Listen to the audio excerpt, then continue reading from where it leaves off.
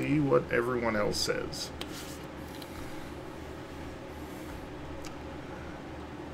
Hello guys, how are you guys doing?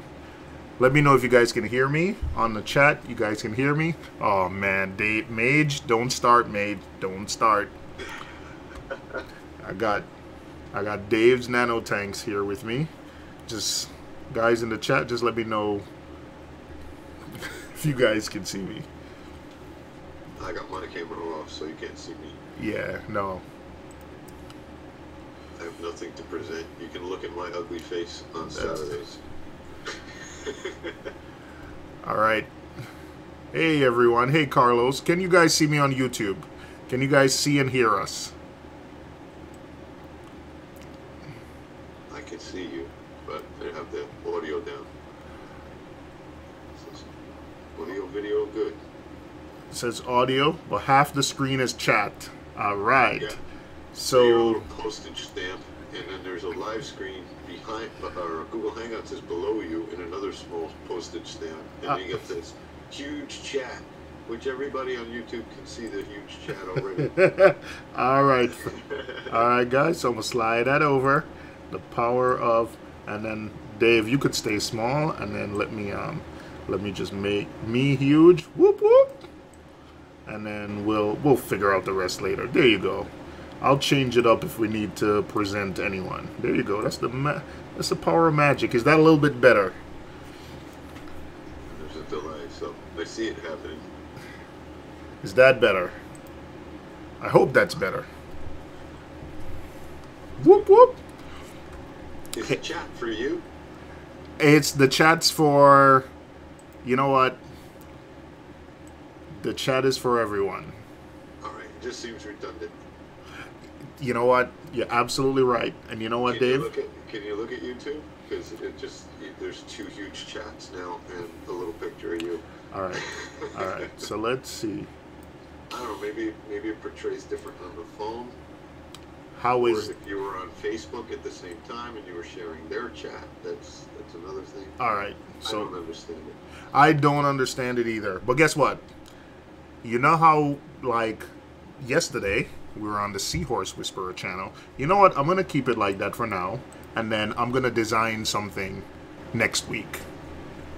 That's going to... You know how the Seahorse Whisperer lady, or, like, even Devin, he doesn't need to, like, mess with anything back and forth. It's just a nice balance of, hey, I have a little chat here. I think I'm going to... If you're watching, Dev, I'm going to hit you up tomorrow for you to help me with this live stream thing. Okay. All right. I think Miss Reefer Fox said it sounds like I'm talking through a handheld AM/FM radio. That's what it sounds like. Oh. It's a Yeti Blue microphone that costs a little more than a handheld radio. So yeah. I don't know what's going on. Interesting. Hang on a second. I wonder if... Listen... See, what I hate about this thing is trying to figure out everything on the fly. Yeah. And I can't hear what I sound like on YouTube, so don't worry about it. You talk. I'll listen. All right, Mage. I'll take your suggestions on what's the name later, Mage. We could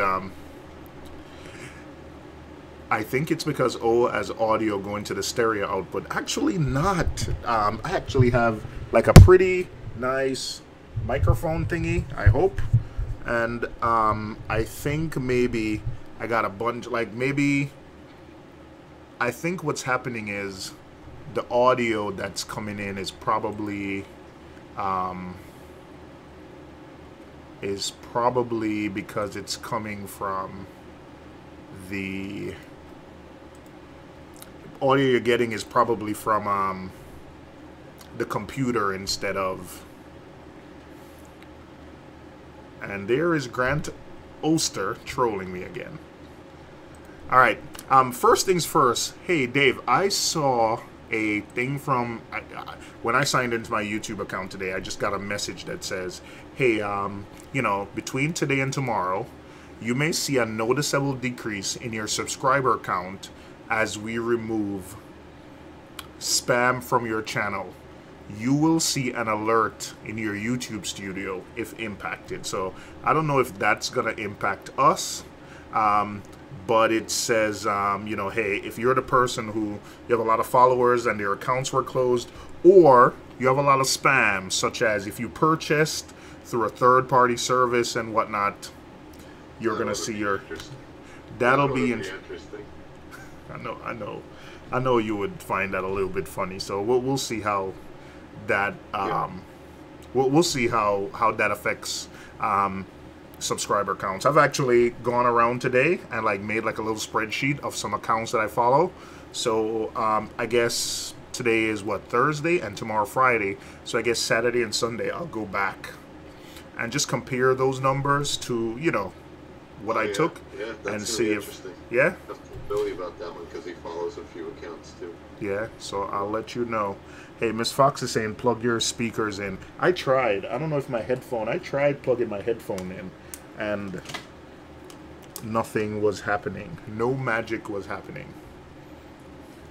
I think my son bent it, so I don't know if you can see it. Like, yeah, that's supposed to be straight, and he uses my headphones for gaming, so it's, I know it's probably hard for you to see, but yeah, that is not straight. So I don't know if that's why it's not working. But hey, what's up DC? What's up OG? What up Grant? I see Death Mage. I see Exclusive Reef. I see a lot of you, a lot of my old peeps. Been a while since I've done a live stream, but you know, figured I would do one, at least see if I can go, you know, an hour or so. Let's see what's going on. How's the tank? How are you, Dave? How's your tank doing? My tank's doing really well, thanks for asking. Seeing that it's a tech talk normally, can I talk tech YouTube instead of tech Reef for a minute? Basically, I want to get myself a gimbal for Christmas for my phone, and I don't think I need the best one. So, is say $200 a reasonable budget, or is that one that I won't be happy with? You said $200. Yeah. I think you can get a reasonable one. I think the one that DC recommended to me is called the Smooth Q. It's by a Chinese manufacturer. Let me see if I have it here. And it's for my phone, and it works well enough. Right. Yeah, it's the Smooth Q. It works well enough. Here it is. Yeah, you put your phone in it, and you know, you see me walking around like Palooza, you know, with this. I've seen many different ones, and I was just wondering if the cheaper one is one that I'll be unhappy with. This was not even $200, Dave. Okay. So that's why I said I'm very happy with this one, and I don't think this one was $200. So I think it's called the Smooth Criminal. The Smooth Q. Yes, the Smooth Q. But DC Reefer. Michael Jackson. Yeah, DC Reefer is better at this type of stuff than I am, so he will probably be able to, you know, give you more. In fact, the Smooth Q right now, Dave, is $79, and I think there is a more updated version that is. This is an older model. There's a new one. So yeah, $200. I think you can come in with a decent gimbal for your phone at less than $200. Very nice. All right. Hey Alex, what's up? Carlos, K-Town. I know my audio is out of sync, and I couldn't even get the stream to work properly. So to do audio fixes on the fly is probably not going to work. So we'll just ride with it, and then we'll make adjustments. In fact, what I'm using right now is OBS, and I gotta be honest, like it's free, but I think I might get something commercial that gives me more options, more flexibility. So that's what I'm gonna look for. So we'll see. We'll see what happens. K-Town, can't fix the. All right, I think I saw a question up somewhere about a return pump. Let me. Philip C. Never seen Philip C in here before. My Seche DC return pump just failed on me. after only 3 to 4 months of use. Water everywhere. Ooh. Why?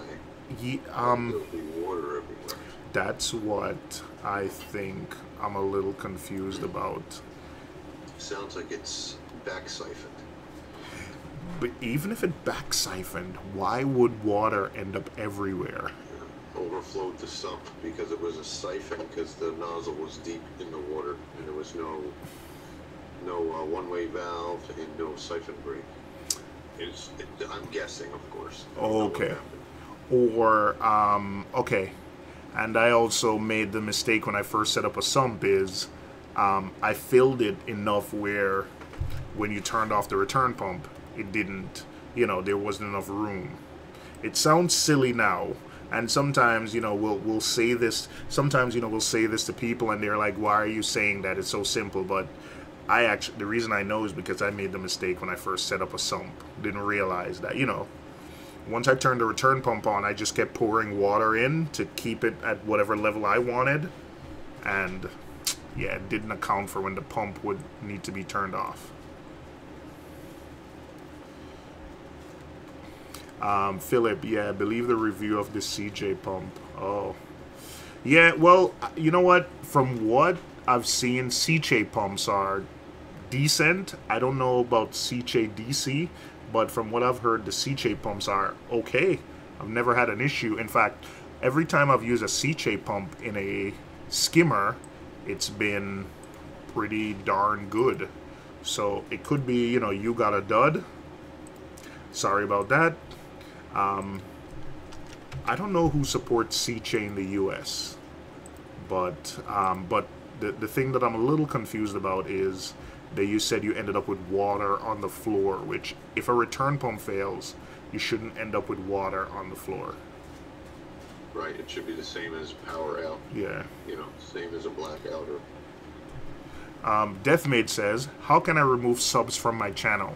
And unfortunately, Mage, that is something that I think YouTube changed like more than a year ago. Before, you used to be able to go in and delete subs, like delete whoever. You used to be able to go in and see a list of whoever was subscribed to you, and you'd be able to delete them. And they removed that feature. I know Paul Williams at one time had I remember when he had like 1,200 subs, but his channel at first, before he started doing reefing, it was related to he used to do DVD reviews. So he went in and he deleted all the accounts that he thought were related to DVD reviews, but you don't have that option anymore. They took that away from us, so we can't go in and see who's subscribed to us and delete them. You can see it will populate a list, but if the user hides their subscriptions, then you can't see them.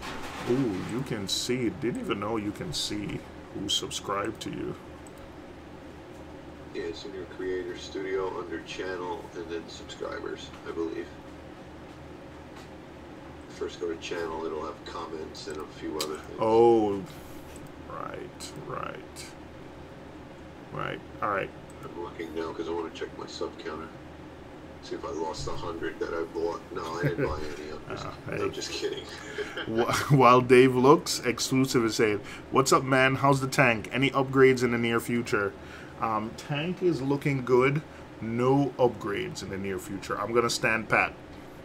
Believe it or not, I'm gonna stand pat for now. Except I have a nano tank in my son's bedroom. And what I'm going to the one thing I'm planning on doing is probably running like a dose line all the way to the bedroom and connecting the two tanks and sort of doing like a constant water change between them. That's the only upgrade I'm planning. So no upgrades except for a slight upgrade. Yeah, that sounded like I was talking in circle. Deathmate says, on OBS, what does it say Hangouts is going through? Where, Mage, I don't know, does it tell me what Hangouts is going through? Can you come in, Deathmage? Yes, please, Deathmage, please because come in. All will be able to hear you, even if YouTube can't. Yeah, I have no idea.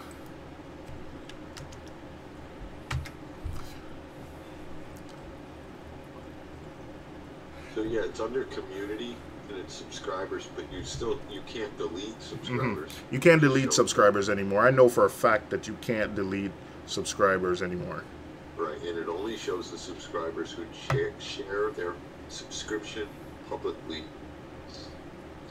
So, that was interesting. And I didn't lose any subs, so that means I didn't buy any, right? All right. All right, so let me see. There's a tech question further up. Smooth Q is about 130. I saw it for 79. There's a few of these, but they have some good ones. I think you'll be able to find something under your price. Yeah, that was my question. I saw that there was a good amount of gimbals available for a wide variety of prices. I just wanted to make sure that the lower end ones weren't total garbage. I think Billy had an issue with one that he bought once. I don't know what the issue was. Exclusive has a tech question.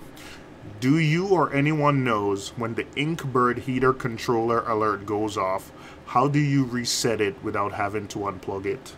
I don't know. I think you have to unplug it to sort of reset it. I don't know either, and that's actually why I don't use my Inkbird yet, is because my son's bedroom is right above where the tank is, so the alert would only bother him. I think you want it to be something that is audible enough where you hear it, so it... but then again, though, remember, the Inkbird is supposed to be for, like, emergency situations. So if you want to keep your tank at, like, 78, you wouldn't set the Inkbird to, like, alarm at 77. You should set it to alarm when it's way out of range. So if you want, again, if you want to keep your tank at 78, don't set the Inkbird to alarm when it's at 77. Like, that's too close. So, you know, set it at 76, 75 when it's 2 to 3 degrees out of range. And then remember, in the summer, when the tank gets a little bit warmer, you might have to change the range again.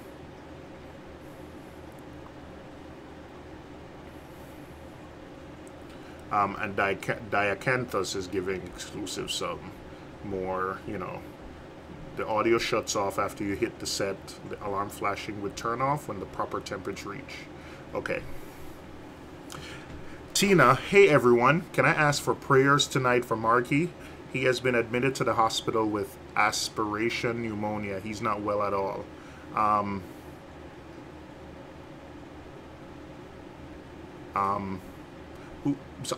sorry. I might be just ignorant. But who's Marky? It's her. I believe her brother-in-law that she cares for. Oh, okay. He had a stroke, and you know, she's had him on live streams a few times. Okay, I'm sorry. Okay. Yep, my prayers go out to you, Tina, and for Marky. Aspiration pneumonia. He's not well at all. Okay, Tina. I hope he gets better.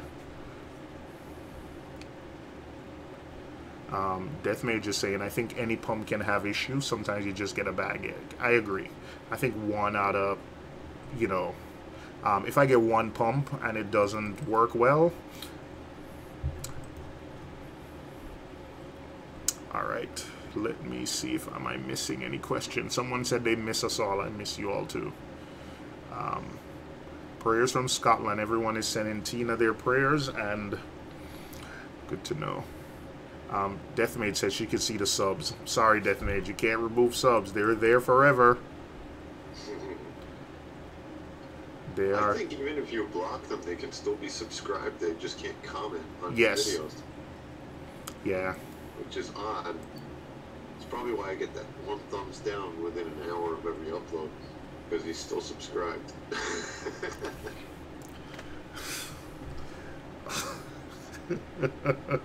Get that one hater. You know what? It's I see sometimes video go out and you get like I think I saw it once where it was a 10-minute video and within 2 minutes like it had a downvote. I mean, the person didn't even watch the video yet, obviously. At least watch the video before you downvote, you know? Yeah. Doesn't Yeah, it doesn't matter. If you get even 20 thumbs ups and 1 thumb down, it just sends that message, you know. Yep. It's a good percentage. You can't please everybody. I know.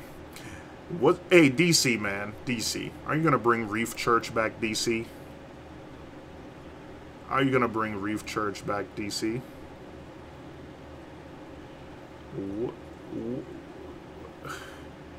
Wait, who is this? Who is this guy, Willy Wonka's? He went from Willy Wonka's, from Willy's Reef to Willy's Wonka's 2? To Willy Wonka's 3? I mean, this guy just have these accounts like prepared, or because he has Willy's Reef and then Willy Wonka 2 and Willy Wonka 3. Wow. Gee, I don't know. So my Grant is asking me, so you're not upgrading. However, if Santa were to bring you your dream piece of equipment, what would it be and why? Ooh. Oh, man. Santa better have a big sleigh, because I want a big tank next time I change tanks. It would need to be like a 120-gallon tank. I have a 75 now, and 120 is going to be the same footprint. Or a Vertex calcium reactor, or another Radeon XR15. Or every Apex module ever.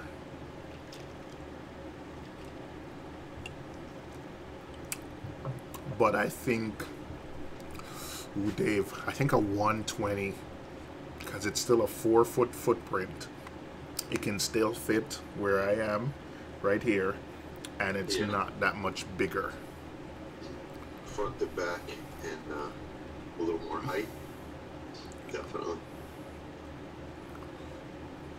Yeah. I want to go so big that it looks empty. I want to put all my corals in it, and it still looks empty.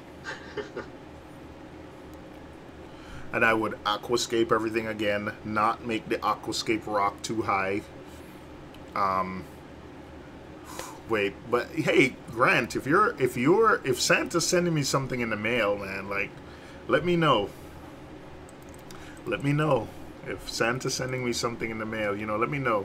I could text you my address. The DC's in on the Vertex calcium reactor. Yeah. I do not need a 500-gallon tank. Hey, Carlos. I know Carlos. I saw your question earlier. How's the frag doing? So, Carlos gave me some frags of like a nice deep purple coral. So, Carlos, one frag bleached out. The other one, I think I got a few pieces from you. One, the big colony bleached. But the little one, I put it on the frag rack, started it low, and that one is doing well. It doesn't have the deep purple color that it had when it was in your tank, but it still has the color, and the polyps aren't fully out yet, so I don't think it's fully settled into my tank yet, but you know, I'm glad I got 2 frags, because one's doing well, one bleached. The polyps are still on the one that's bleached, so I haven't removed it from the tank yet. It hasn't started growing algae on it yet, so. Yeah, frags are funny. I had one frag that didn't grow for almost a year, and I had another frag that turned brown and then came back and grew like crazy. So sometimes they just need to settle in, like you said. I got a frag from Billy once, and I did a water change, and immediately after the water change, it just went white. And I called someone up. I'm like, hey man, I got this SPS, and I explained what happened, and they said check your salinity, because from what you explained to me, it's been in your tank for a while, it's been doing well, and you did a water change. Turns out the salinity was way off. Like, I had run out of Fritz salt, so I had gone to my local Petland and had bought some like Instant Ocean salt and did like a water change. But, you know, like when Instant Ocean has been sitting for a while and it's like rock hard. So I don't know if that had something to do with it, but the salinity of my tank was way off. So I ended up having to you know, mix some salt and make like a really concentrated, you know, to like balance. And then I took that and I slowly like poured a cup in every couple hours over the course of a day to like bring the salinity up. And you know what, that coral, over the course of the next 3 months, I didn't remove it. It got white, but I could, when you look at it, you saw the polyps. And the tips started getting some algae, and I went in and I clipped the tips. But it came back, and now it's starting to grow again. Alex says, you need a 500-gallon tank. Yeah, no, sorry, Alex. If anyone needs their big tank fix, go to Alex G's. He has a 720 and a 480. So no thank you. That's a full-time job. I don't know how you do like your day job and then come home and those tanks are like a night job. So, but Alex, I will enjoy your tank through video and through calling you and asking you questions through text, but I do not need a 500-gallon tank in my life right now. No thanks. Like I said earlier on the phone, you missed your chance of having a big O burger. That just sounds like it was made for me. What's the name of the what is the name of the I'm getting a call from Mr. Pipes. So give me a second. Let me answer this from Mr. Pipes. Okay. Hello, Mr. Pipes. Hello, Mr. Pipes. You're live. I'm streaming. I can hear you. Okay. All right. All right. All right. I'll send you a link, buddy. All right. All right. Love you too. All right. I am going to send Billy Pipes a link. Okay. He didn't. Good evening, Greg. All right. Let me fire up my email and let me send Billy Pipes a link. So what is the name of what? The name of the LFS where the meat was something fishy. Something fishy. You know what? I thought that was like a play on Fishy Snowman's name. No, and we even got Fishy Bucks, so it was great, you know, because it just kind of went with his name. Like they have store credit, they give you little $10 coupons, and they're called Fishy Bucks. Ooh. Nice little store. I saw that and thought it was like we were playing on when you said something fishy meetup, I thought that was a play on like on Fishy Snowman. Right. I didn't realize that was an actual store. All right, I am trying to, hey Greg, I see Greg jumped in and I am trying to find Greg's email address so I can email him the link. Got it. G Carroll.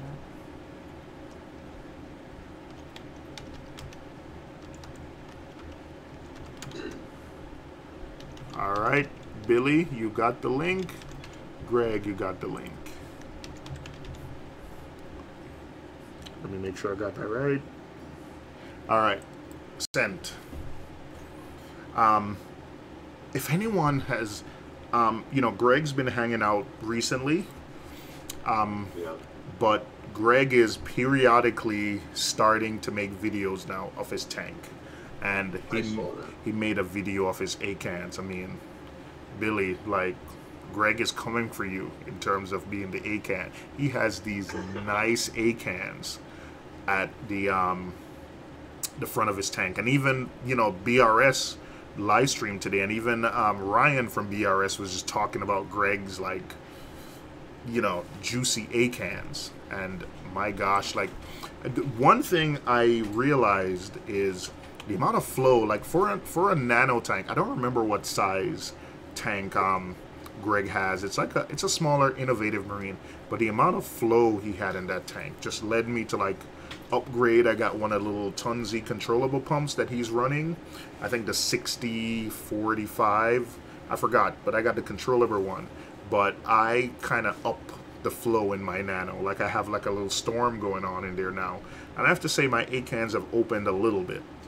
I know they're not getting blasted, but I just noticed something that, you know, it got a little bit better. They were more fluffy now. That Thanks, the AL. Hey, I'll drop the link to Greg's 8-cam video. Thank you. Yeah, so those look big and juicy. Jeez. Love those. Do we have a Willy Wonka's 3? Oh, man. That's amazing. Like, listen.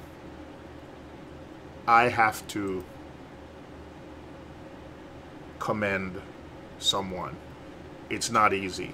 So that's amazing. Like, I'm amazed that someone would, like, you know, like, went from 0, 1, 2, 3. Like, that is commitment. But thank you, Bubba, for taking care of that. But that's commitment. You gotta give it, like, someone's committed. That's commitment. I don't know if I would be that committed.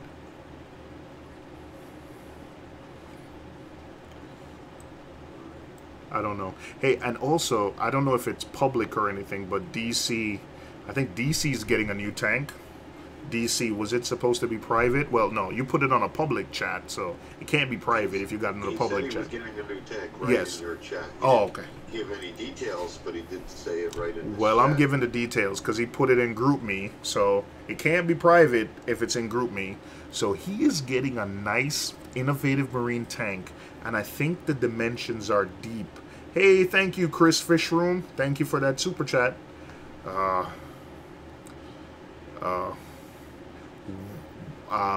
Billy Pipe said the link I sent him doesn't work. Can you send him the original Hangouts link? That's what I thought I'd sent. Oh. Hang on a second, Billy Pipes.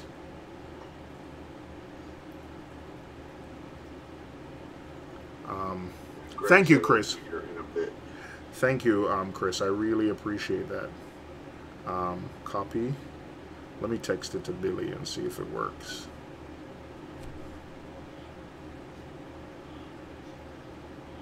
Billy's in the chat. Hey, Billy. Hey, Chris.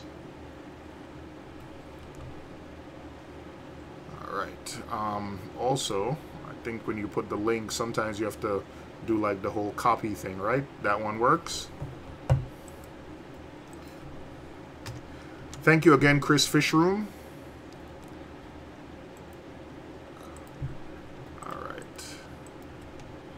All right, Billy. I'm gonna try and send you this YouTube redirect link. Let's see if that works. Is somebody playing a video game? Not here. You hear video game sounds? Either that or construction. It's a little late for that.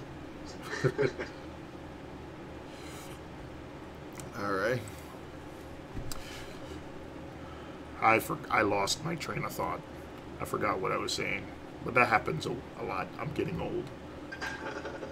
Bitly is for crappy iPhones. Oh man, Billy, let's not start that. Let's not start that. Let's not start that. You know, like, me and you are cool.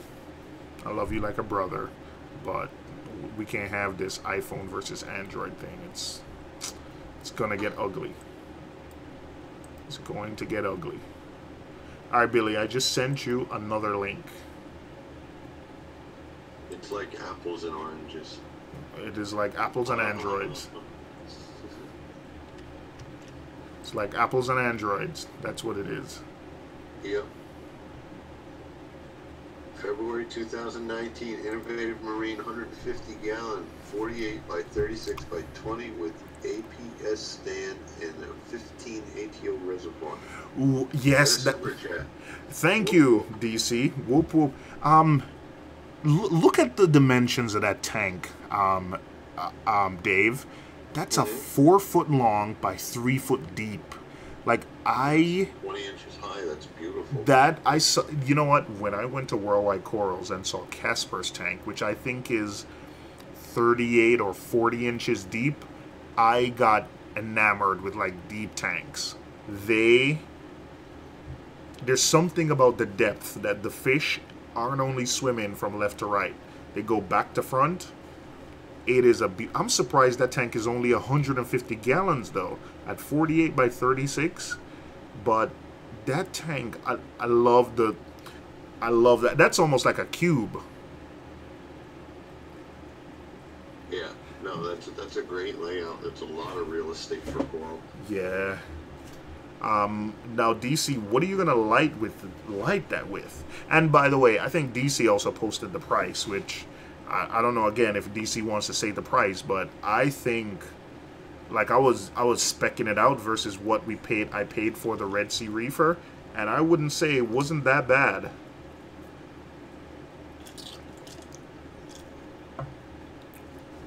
The Red Sea Reefers are pricey. I mean, they're beautiful tanks, but as far as, you know, the rest of the tanks go, they're pricey. By the way, Billy, I saw that. You deleted it, but I saw it. It's all good, brother. It's all good. I got you. Deathmaid says, go watch Louis Rossman and how he fixes Apple products that Apple's I'm not reading. Listen, Mage, we can go on Discord after and we can have that iPhone versus Android or Apple versus Windows. We can have that. I'm an Apple guy. Apple all the way, baby. Apple all the way.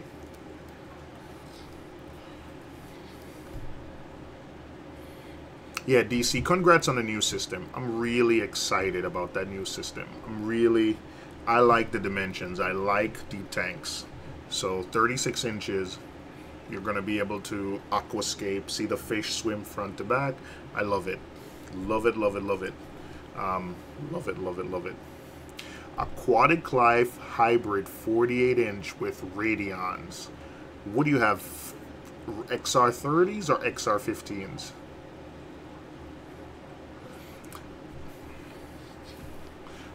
Mage, I wasn't gonna say anything, but I'm glad you said it. But you know, it's all good. Like I was just gonna let them rock and just have fun. But you know, yeah, I don't think they realized that. Yeah, the screen that I'm recording on the screen, yeah, it's there forever. Yeah, but I mean. So the Aquatic Life Hybrid with his 3 Radions, that's not bad. Yeah, he's got the price there now too. Yeah, $2,500 free shipping and 10% off, and it came up to $2,250, and they got a free 15-gallon ATO reservoir. Ugh. Hey, it is Rip Van Winkle. Hey, Rip. Good morning. I don't know where it's more. It's not morning on this side of the world, but good morning to you. Yeah, yeah. I don't think I'm gonna. If someone's sending, if I get a tank real cheap, but I think for now, especially since I'm planning on moving soon, I think I'll just keep my setup and not do anything crazy. Miss Reefer. Billy Pipes, because he said the link still doesn't work. Can you just invite him through Hangouts or not when you're on the I can. OBS? I can. Billy Pipes. Let me do that. Let me do that. Billy.pipe. I can absolutely do that. So it is Billy.pipes at yeah.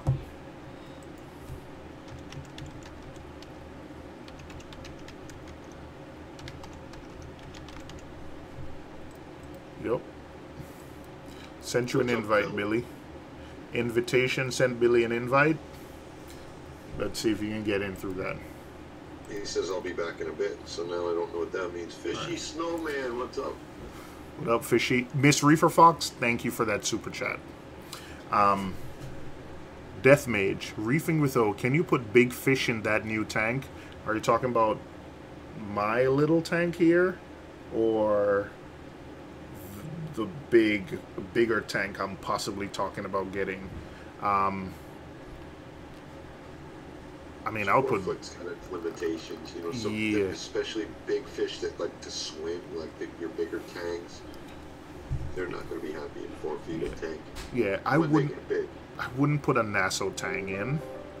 You know, my wife loves a Nassau. I still wouldn't put a Nassau in. You know, like a 4-foot tank, which still would cause some tension, but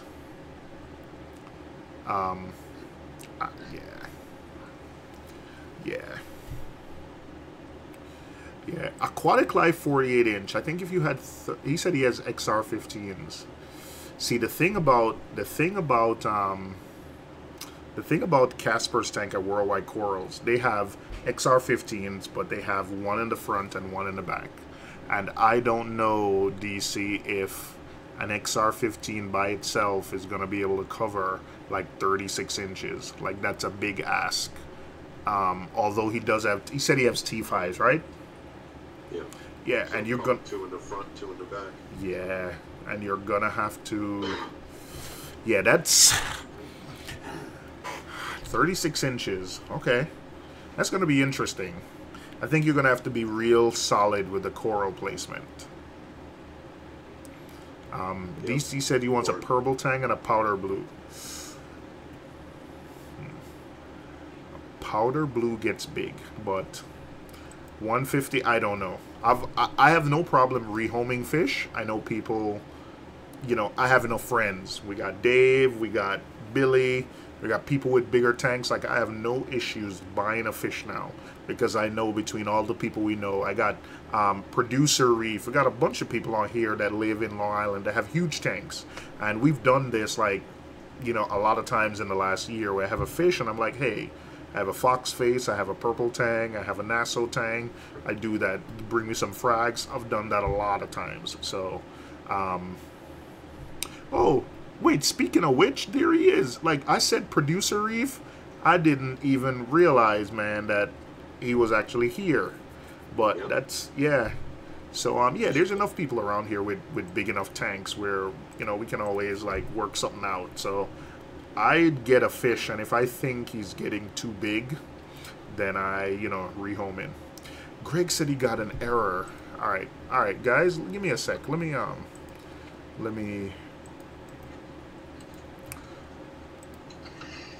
I copied that first one you put in the chat, There's the Hangout link.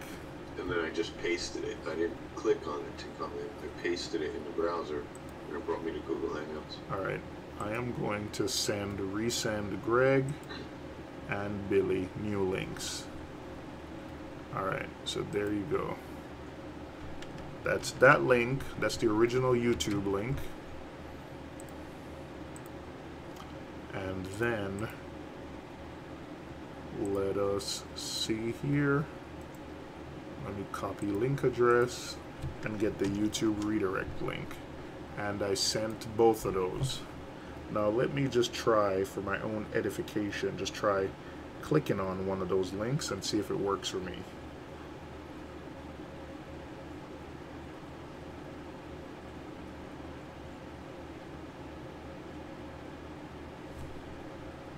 No.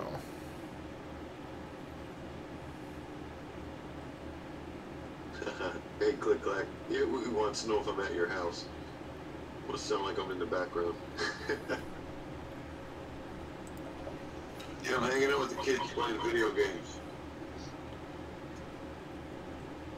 All right, Is that so, you? yep, that was me testing those links I sent. So that's one. So that first link worked for me. Anybody who has an iPhone, I know Greg has an iPhone. That first link I said worked. Now I'm testing the second link. There's Lisa. She'll fix it. Oh, that second link, the YouTube redirect link, that does not work. But that first Google Hangouts link worked.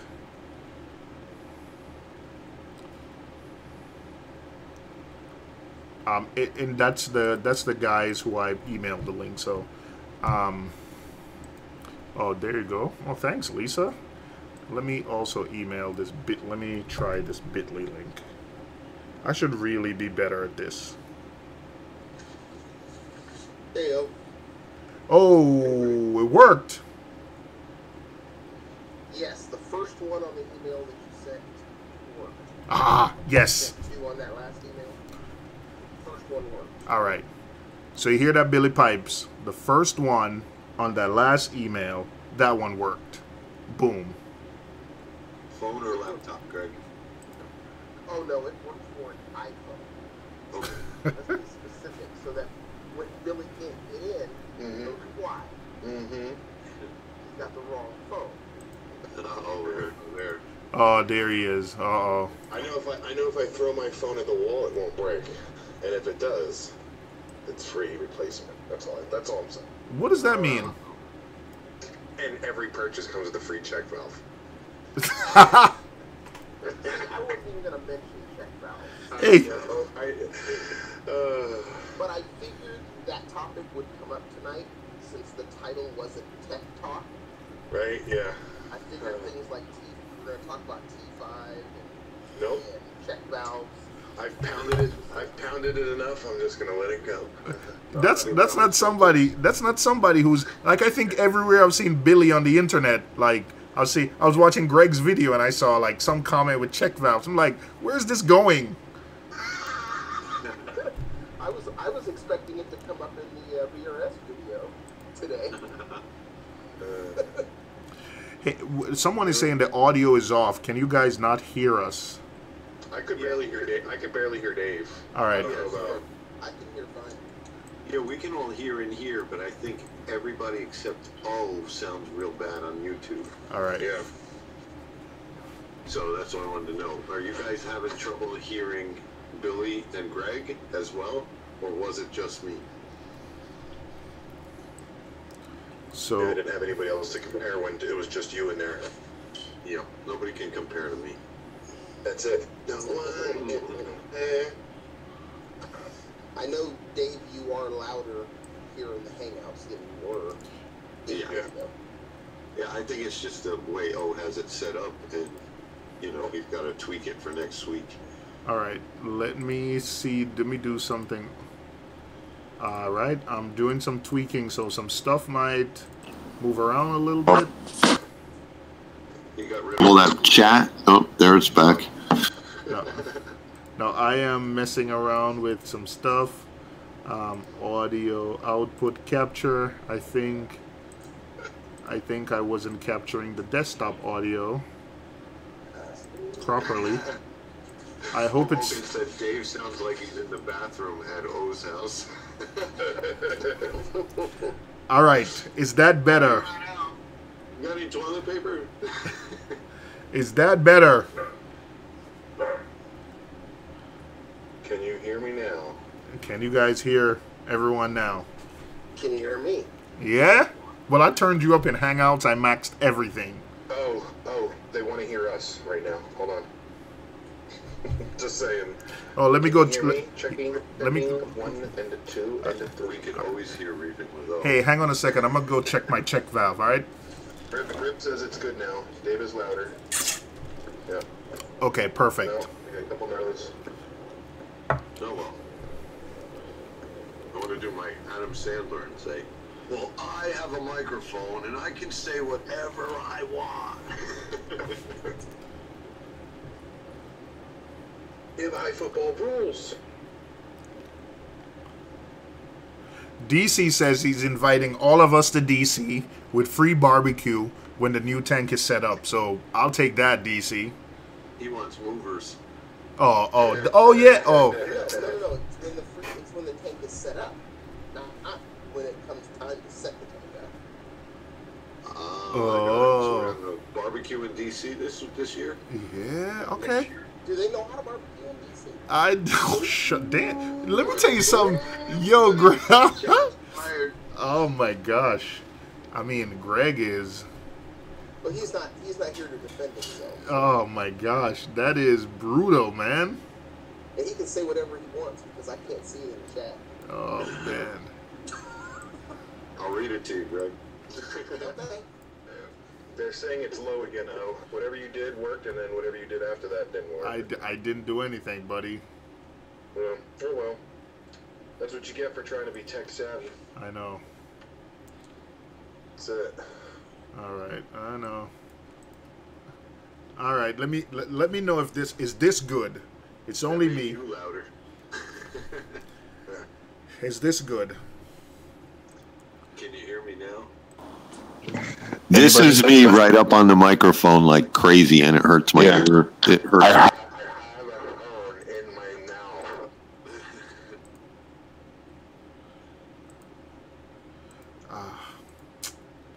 Yeah, this technology stuff is not cool. because you make it harder than it needs to be. There you go. Billy, I think you should text Mike Lemming a link.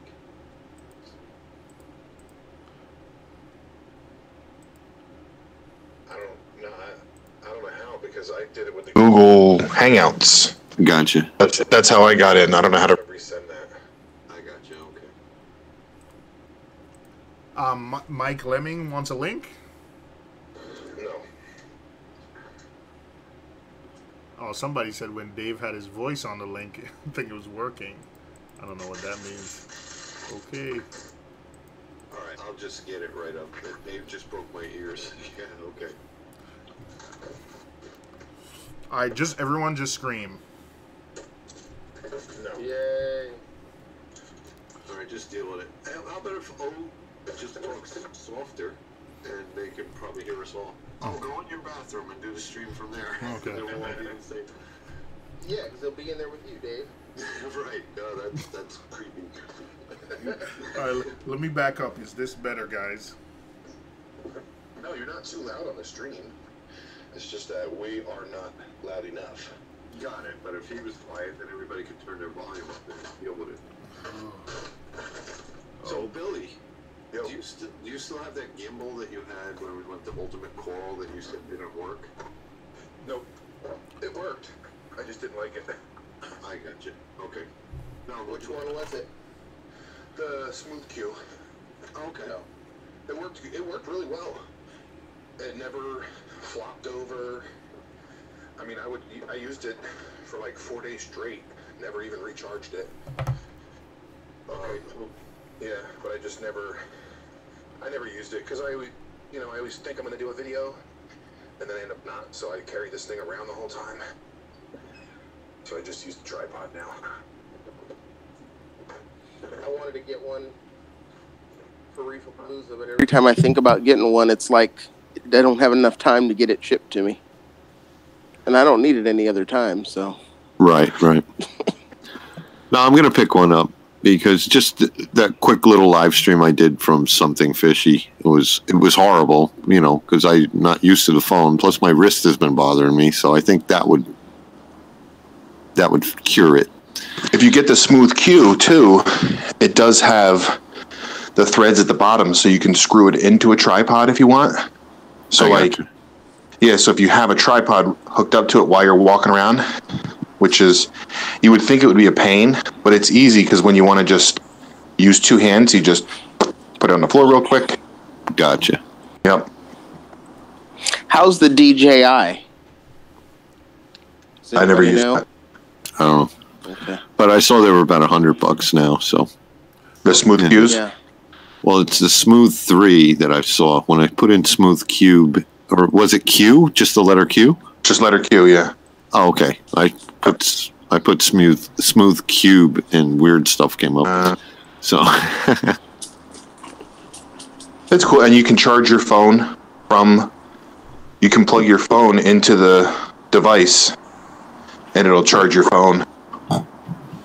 All right. So they said that's it. It sounds good. So yes, it was not YouTube. It was probably me. I think all the time you guys have been like, it was just picking you up from the mic. What I should have done is whatever's coming out the desktop, send that to YouTube. So I think got it. Yeah. I don't like this thing, man. This. Yeah. I don't get it. I mean, Hangouts works for what I do because that's really what it is when I'm doing it. It's a Hangout. We're not trying to present everybody and be professional. We're just hanging out on Saturday night. That is like a nice, subtle dig, Dave. Got it. Like, ouch. What? Oh, no, that was no dig. No, it's all good. I don't take it personal. You said not trying to present. My thing was, I think when I rewatch some of my old streams, like, there are little nuggets of, like, good things in there that, personally, I wouldn't sit down and listen to a live stream after the fact. But I've been on streams with, like, Billy and with you, Dave, and with Greg, and, like, some of the stuff, there's nuggets in there that are, like, really, like, awesome. Yeah, there's a good 20 minutes within that 6-hour live stream. Yeah, and the goal was that, hey, let me go in and just cut that, there's been times with Greg where there's like a good 15-minute period where we're talking about stuff. So I wanted to cut that and make a video, but it's not.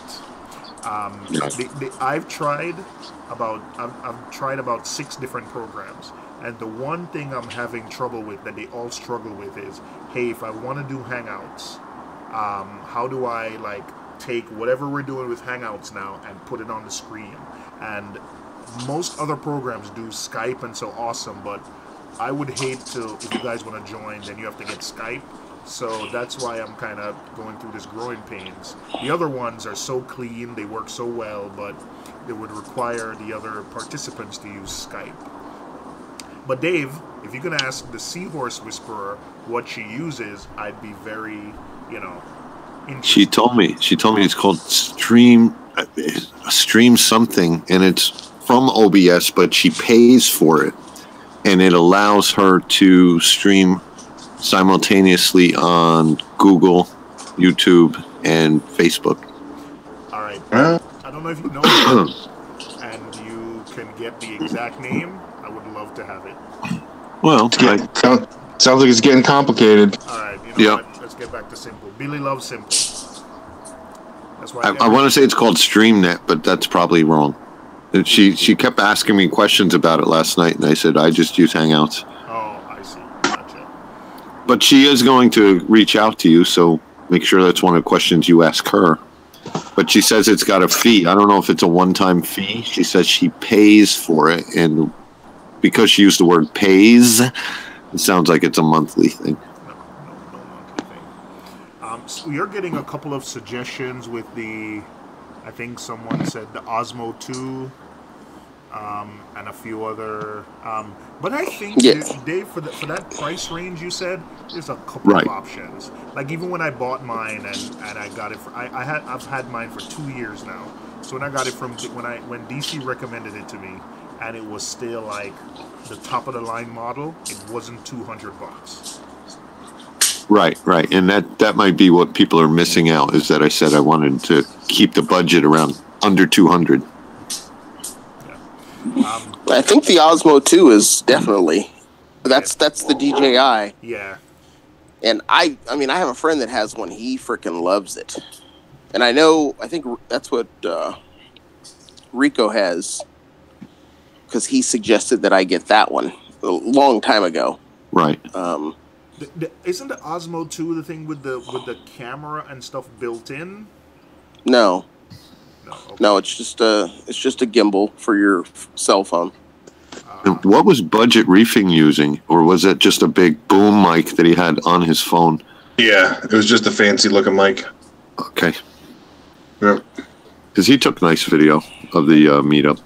The Smooth Q. I'm gonna need another one because I got like a nice little camera for Christmas. I'm getting a nice little camera for Christmas right now. I know who Apple recommends. Well, I'm putting a Samsung in it, so it don't matter. Hey, the DJI Osmo Mobile 2 for iPhone. I don't know if it works with Androids. It's $119 on Apple now. Yep. That's who they recommend. Now, does the phone plug into it or no? Does it just keep it balanced? It just keeps it balanced. Okay, so it doesn't matter if you get one for Android or... Yeah, it has a...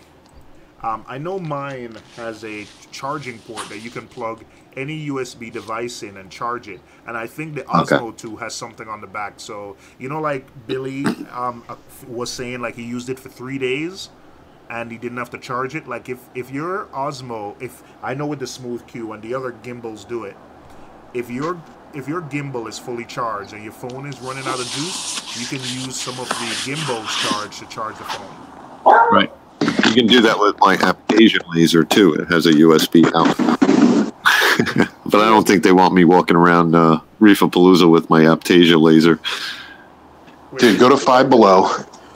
They have these things. It's pretty much a metal hanger coated in plastic, and it goes around your neck, comes out in front of you and has a clip to mount your camera to it. Yeah. You just walk around with that thing right in front of you. Yeah, bounce. That's it. I guess do that, yeah. I'm putting a GoPro on my head next week. Someone is looking for schooling fish. I can tell you what you should not get. Do not get purple queen Anthias. Rentals. I went to the store and through a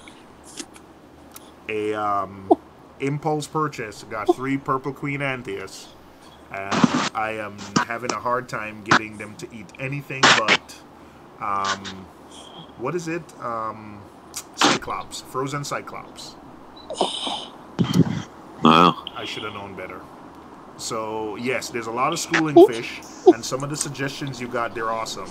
But if there's one thing I'm gonna warn you about, they swim together. All 3 of them, they swim together. They follow each other around. They look cool. The nice purple with the yellow streak across their back. It looks awesome in the tank. And because they're always out, they're fish. Anthias are fish that generally don't hide, so they're always out. So they let everyone else feel like it's safe and they're out. But just don't get purple queen Anthias. Like, stay away from that fish particularly. I heard someone laughing at me. Was that you, Greg? Well, I'm not. Huh? Why would I laugh? Nobody was laughing. That's all right. I can take it. If I made a mistake, I'll No. Like I said, do you know anybody that's ever kept those fish? Because everybody I know has always killed them. So, I mean, don't feel bad if you do. No, I don't feel bad. Right. I mean, I'm... Most Anthias species don't do well in tanks. They just don't. Not especially long term.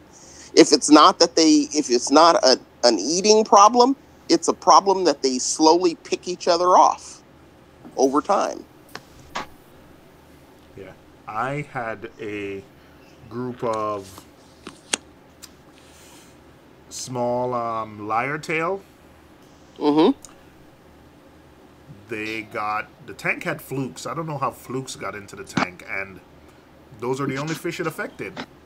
And I saw the flukes on them. I freshwater dipped them.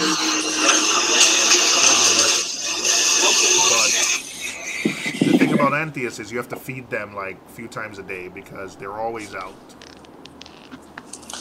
Squampinis are the only ones that I've ever kept long for, several years and not had an issue.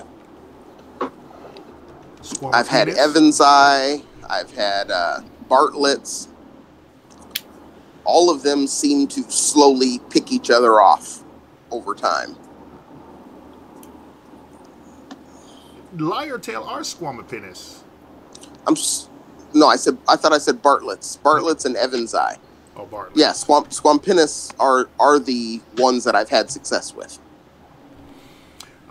Grant Oster is asking, how many hours a week does everyone spend on their tanks?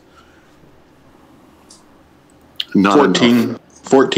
Hey, that's my boss. So let's just... Counting feeding? No, let's just give, like, whatever it is, just cut it in. 20. Oh, jeez, Grant, like, listen, man. 5 hours, Grant. 5 hours. That's all I spend on my tank every week. 5. Doesn't take much. If I spent an hour, I'd be shocked. Yes. See? 1 hour. It doesn't take that long. No, seriously, like, I think... But my tank's only 25 gallons, so... When I first set up my tank, I used to spend a ton of time on it. But now, I've decided to leave it alone and let it do its thing. And I think, 2 hours a week on maintenance. Like, I would say cleaning the skimmer cup on a Saturday. Maybe checking filters, looking over general things. I would say 2-3 hours a week max. Yeah, I think. Yeah, the only time I spend a lot of time is, if I'm taking the, gonna do a acid bath on the pumps and the skimmer, which I've only done one of those for the entire life of the tank, so I don't anticipate having to do it again for another 8 months. Yeah, and even when I do water changes, like I literally, you know, leave the thing filling the water, turn it off. I already know, you know, from doing it so many times, how many kind of cups of salt to put in, leave it mixing overnight, and then, so, even with water changes, I still think it's about 2 hours a week, because, you know, I'll just, while the water's being pumped out and pumped in, I'm just, you know, that's the time I'm cleaning the skimmer cup, so it's not, you know, I feed, I think, it's not that much. I think initial setup is a lot, but I think after, ooh, Billy is showing off like new stuff. Billy, let us show. Ooh, Billy, what is that, Billy? Can you tell us a little bit about that? This is the 4-in-1. That is the Pro Clear Aquatic Sump. One of them, yeah. Jeez. Oh, Billy, you need to get those clear filters. Billy's a filter saw guy. Huh? Billy's I'm a Saki. he's a Saki. He's a Czechie and a Saki. You have the particular type of sump that those things actually work in. Which ones, like the mesh ones? Oh, you mean the cups? No, the clear filter. That's the it's a filter sock. Size of a filter socket, drops right in the filter socket. It's a one of those roll things. Yep. K-Town said, "Is that my sump?" with a big heart. No, his sump is over here. Well, actually, no. This is my sump over here. His sump is over there. Here's my new sump. Ooh, Billy. This is, well, here's the auto top off reservoir. That's Very nice. That's the ATO. Hold on. Is that a check valve I see? Damn, Billy. Here's the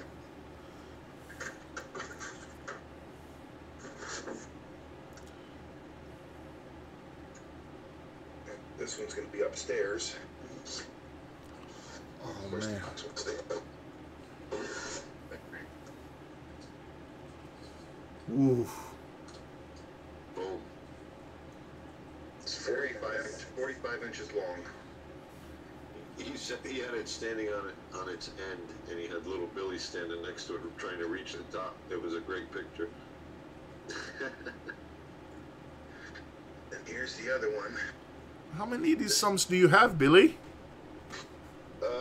4. One of them's in the van. Then this is the giveaway. This is going to be one of the giveaways. You're giving it away to me?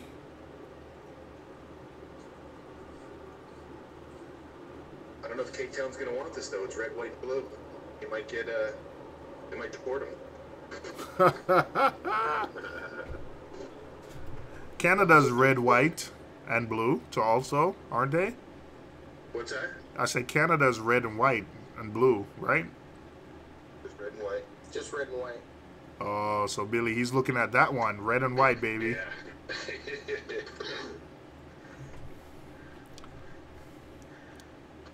Here's this, Dave. It's waiting. It's waiting. Hold on, I'm on YouTube, so let me come over. What's it waiting for? Ah, I know. Deep blue makes rimless tanks? Yeah. Billy, how much... The ATO reservoir is, it's awesome. It's, you know, it's a perfect match.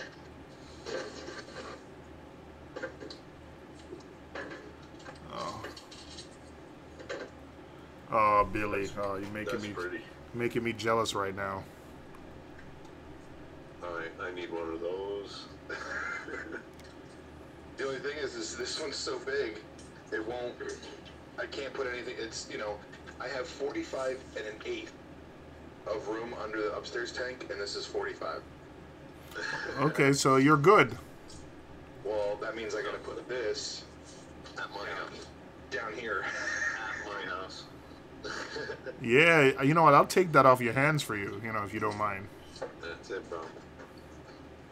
So what's the point of it matching if it's going to be in the basement? I know. Dude, I'll probably just get a fish tank for downstairs. I'll buy you a nice brute can and you give me that.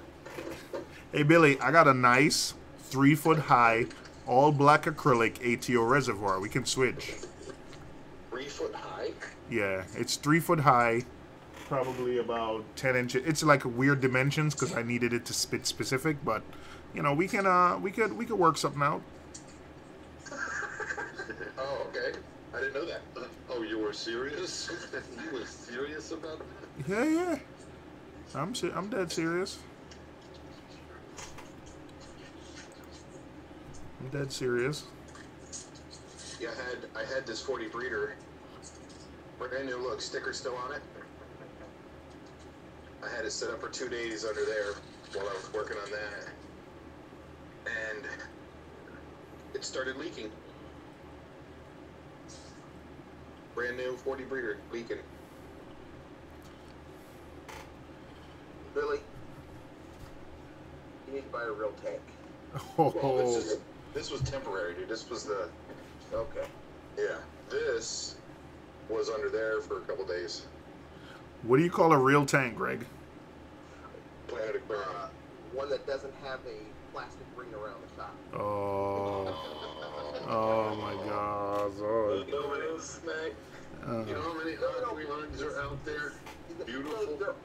There are a ton. There are a ton. But when you're going to put as much money as you put into your aquarium, I hear you. you might as well get a decent. And that's all. It shouldn't be the cheapest, the place where you cut corners. I don't think. No, yeah, when I moved the next, yeah. We've got earthquakes here, so I guess it has a lot to do with why I don't know anyone with a tank like that.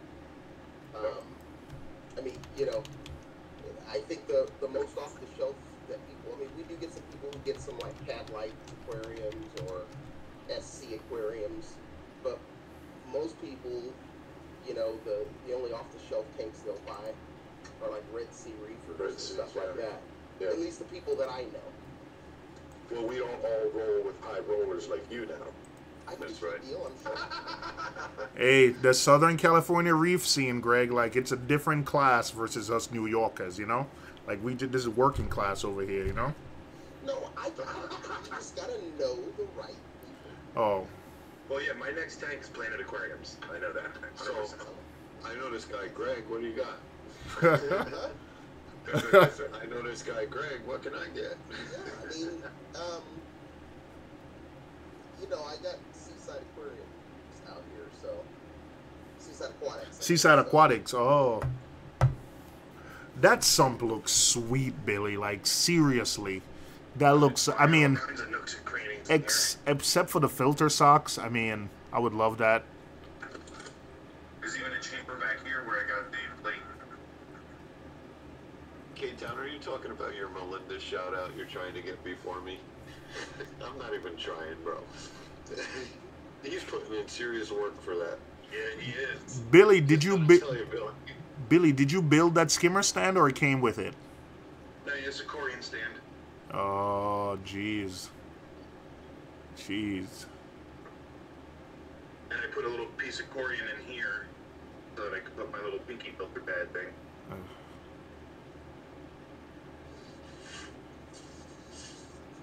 And that's a reactor with carbon. Love it. Yeah, from the My Aquarium box, I had the Chemi Pure Blue, so I just figured I'd throw that in there for now. Just turned this on for the first time today, so I'm letting it. Do you have any fish in the system as yet? Just one yellow tang. All right. One. I'll only get a couple more buddies for him, but you know that's about it. Maybe some, probably just some. I'll probably put a couple bang guys down here, maybe. Yeah, put a working fish. Get a springer damsel or a wrasse, a little wrasse. Yeah. I don't know about a wrasse, though. brimless, no net. You have that giant sump for that one little frag tank. Well, I have other tanks that I'm tying in. Okay, all right, okay. It's gonna be Billy's fish room. Yeah. Well, from this angle, it looks like the water's right up to the top of the glass.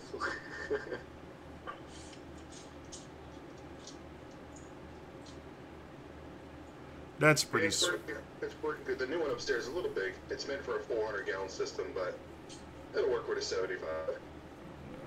It's just water volume. I mean, it depends what it's doing. So Yeah. No. And you said that's a Pro Clear aquatic sump, right? Yeah, this is the Pro Clear 4-in-1 Red Flex. It's not. You won't be able to look it up yet. All right, all right, Not available yet. all right. Let's So see if do they make custom-sized sumps per order or no? They do. I don't know their cost on custom, Right. but he did say at Aquatic Experience that they do. It's all cast acrylic, and anything they build comes with a lifetime warranty. Right, because I was talking to Kelly last night about ProClear, and she sounded very interested. And she was also supposed to come in here and ask Reefing with O about multiple tanks on Apex. But she was asking me Apex questions last night. And I was like, come tomorrow and talk to O. Hey, I'm gonna be hooking up multiple tanks. That's my project that I'm gonna do over the holiday season. Connect my 2 tanks with a dosing pump, and also use one Apex. I'm gonna run like a long USB. Come here. So, all right. I think I've been missing a bunch of questions. So let's start with. rats. Oh yeah. Oh no, that's dog. Oh. That's waffles, bro. Of the purple queens I have kept, tiny food soaked in Selcon garlic elicited feeding responses. Feed 9 times a day. Yeah, okay, all right. I did notice something. I was telling Greg, I did notice that I got them to eat the, I forgot what it was, but I think it's the particle size. Like they seem to like really tiny bits of food. So I just have to be careful with that. Someone is answering Grant, Miss Reefer, that she hasn't tended to her tank in 4 weeks, and it's still running fine. People are saying it's various few hours to 30 seconds a day, which is kind of, I guess it depends. If your tank needs more attention, I give it more attention. But for now, it seems to be running fine, so I leave it alone. Billy, is it $25 for that sump? No. $20 for 3 sumps shipped. Oh, those are the glasses. Sorry. And Diacanthus is also telling me that he's stuck to 250 to 500 micron size stuff. Okay.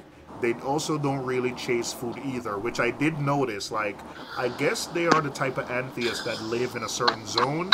They wait for the food to practically come in their face and pick at it. Wait. This is the antheas, Purple Queen. So I think I'm going to have a hard time with these antheas. Until I can get them on some kind of really tiny pellet or something. Oh. Hey, Billy. How hard it would be, OG wants to know, how hard would it be for you to make a sump just like that one? I wanted to start dabbling with acrylic because I have the machinery for it, but I never really looked into pricing. It's expensive. Yeah, but that's what I've heard, so I kind of just didn't even look.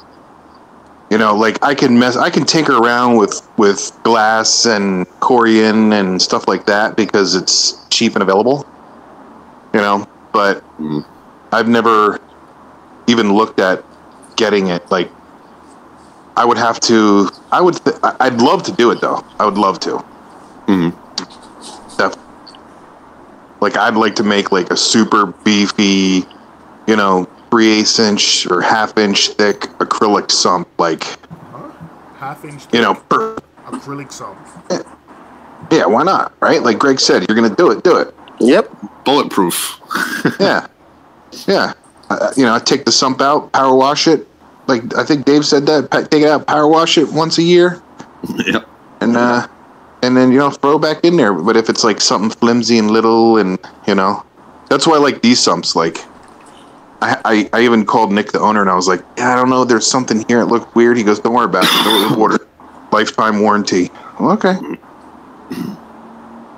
But I'd like to do stuff with acrylic, only because there's,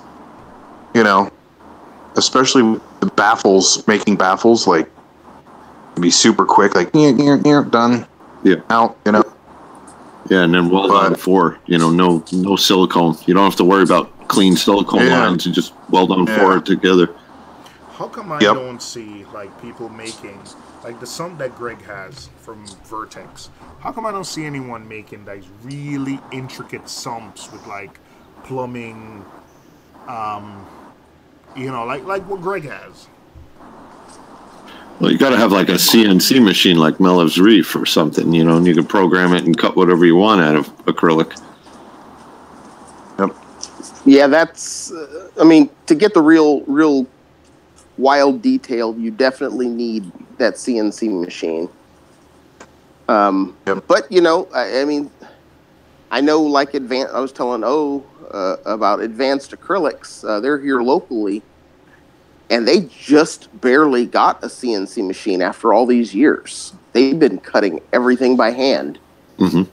So it can be done. It's just much more laborious. Yeah. They got a big Moorish idol for $80 at Absolute Fish. Just thought I'd interject that into the conversation. That'd be cool to see one of those in your tank. Aren't they paying to feed? I don't know. I know when I go to the wholesaler. Tank. Yeah, and 100-gallon. I think you can put one in there. Oh, yeah. In Finding Nemo, that couldn't have been more than a 20-gallon. Nah, yeah, it was like a 20 long for sure. Yeah. They had a puffer fish in there and everything. Yeah. Sure. With the shrimp. They were just chilling. Well, G says the guy who started Bashir Sump starting it in his house, and now he's rich. Is he really rich? I don't know. He's still working. There's not a lot of rich people in this industry that didn't start off rich. Bashi has some nice stuff, but some of the What's their warranty on their sumps? I don't know, but I think for that price, I just think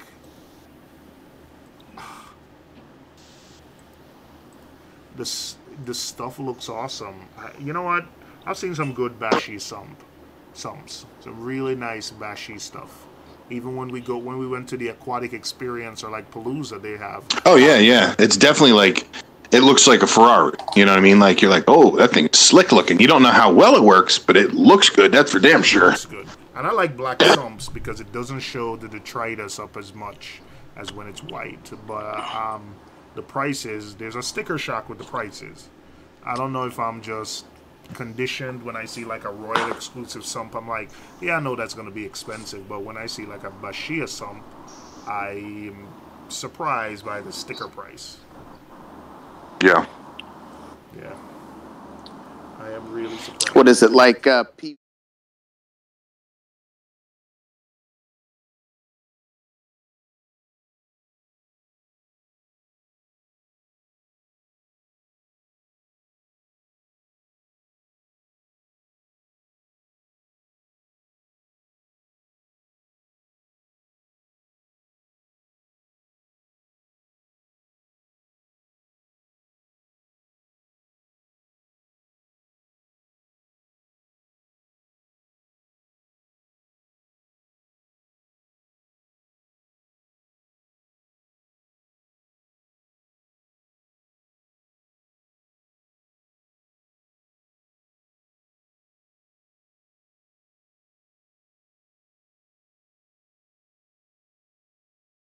So my sump weighs big time. Yeah.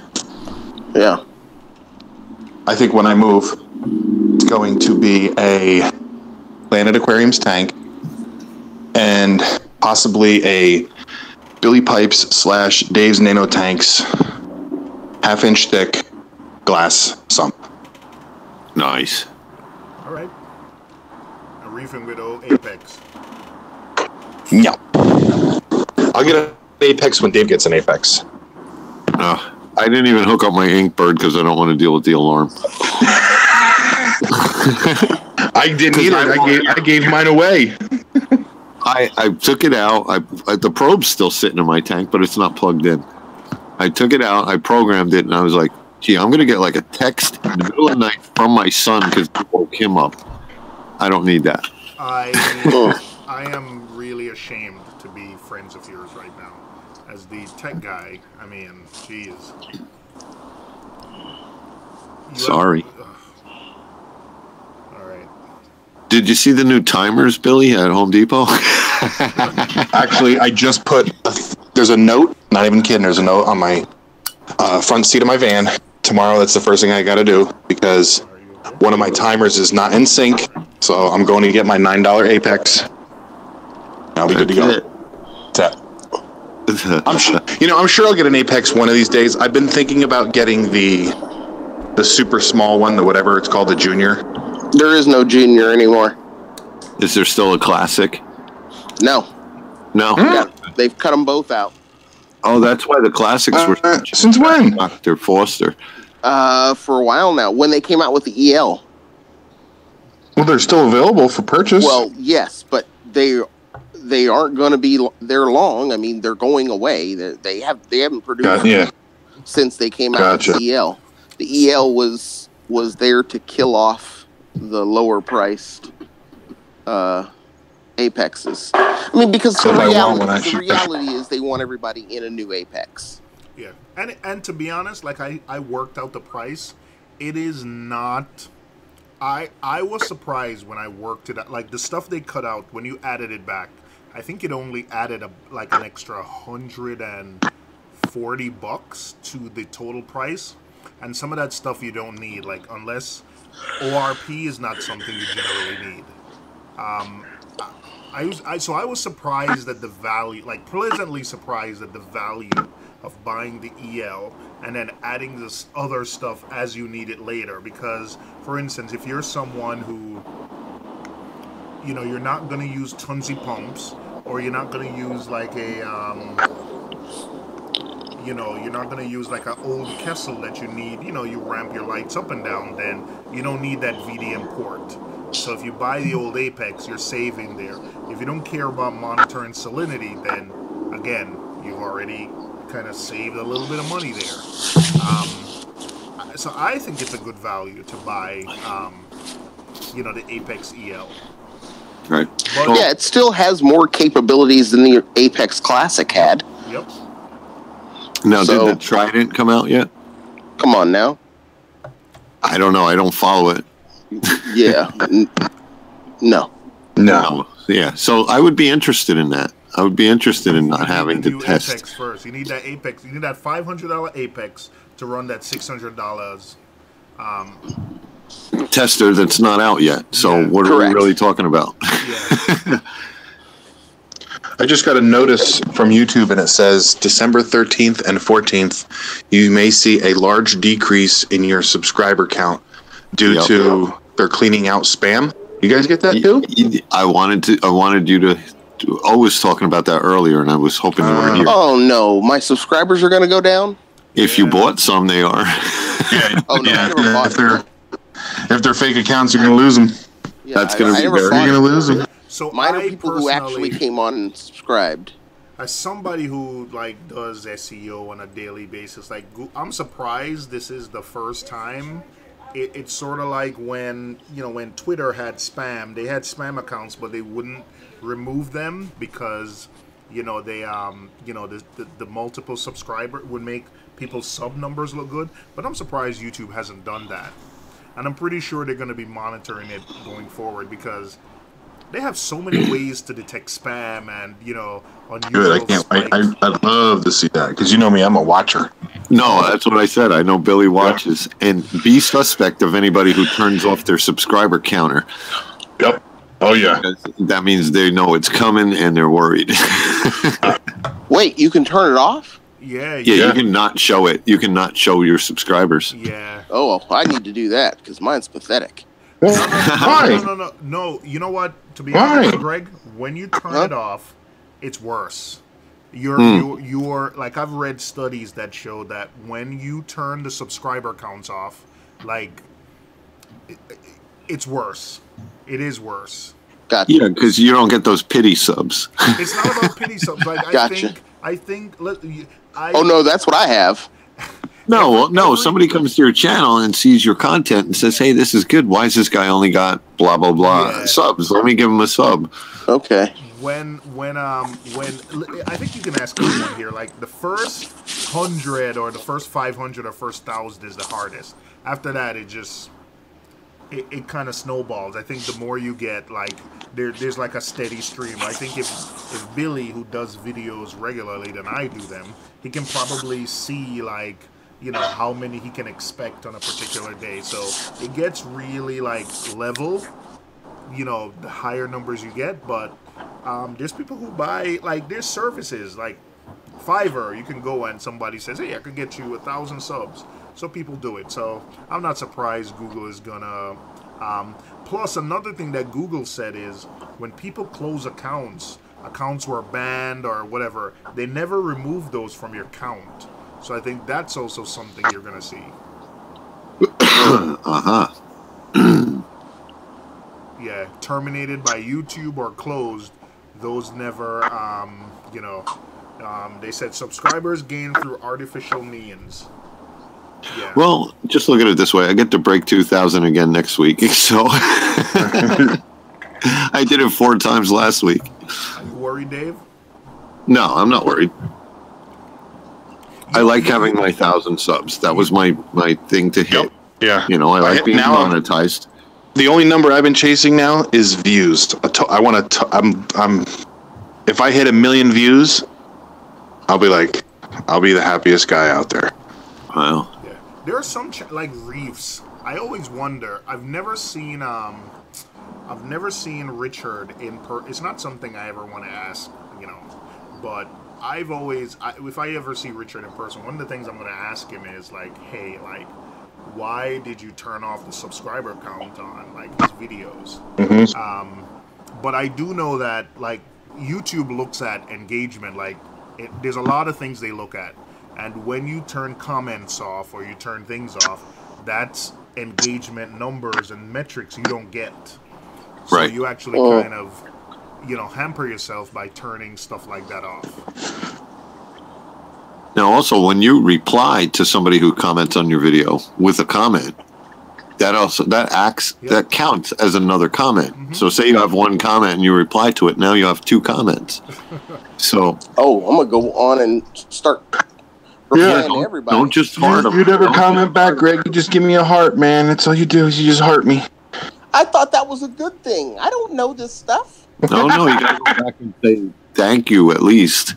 Just right. You know, words. Gotcha. It's definitely good too. I reply to everybody unless you just drop me an emoji, you're getting a heart. Most everybody just drops me an emoji. So yeah. Hey, OG says, did you see Joey's tour of his warehouse? Joey has a warehouse? I'm assuming he's talking about the King of DIY. Nope, I haven't seen it. Yeah, I don't know. OG, are you talking about the King of DIY? Because I didn't realize he had a warehouse. DM is asking, do you think about 2 yellow chorus wrasses in the same tank? I think they're peaceful, so I think as long as they're added at the same time, they should be alright. Yep. Yeah, I think you should be alright. I saw, you know what? I went back and I saw Yavo. He's probably gone now, but Yavo said he was building. He got like his entire GHL controller set up. So, good luck with that, man. Let me know how the setup was, because that's the thing I'm not liking about GHL these days. So let me know how difficult it was for you to get your GHL controller up and running, and how do you think it compares to the Apex? Palooza Palooza floor plan is filling up quick. Oh, yeah? 40 spots left. New York, there's 40 spots left. Should I order my diamond pass now? Hey, should we get a spot? Should we register for a spot? I don't know what we're gonna sell yet, but we could probably sell Billy glasses.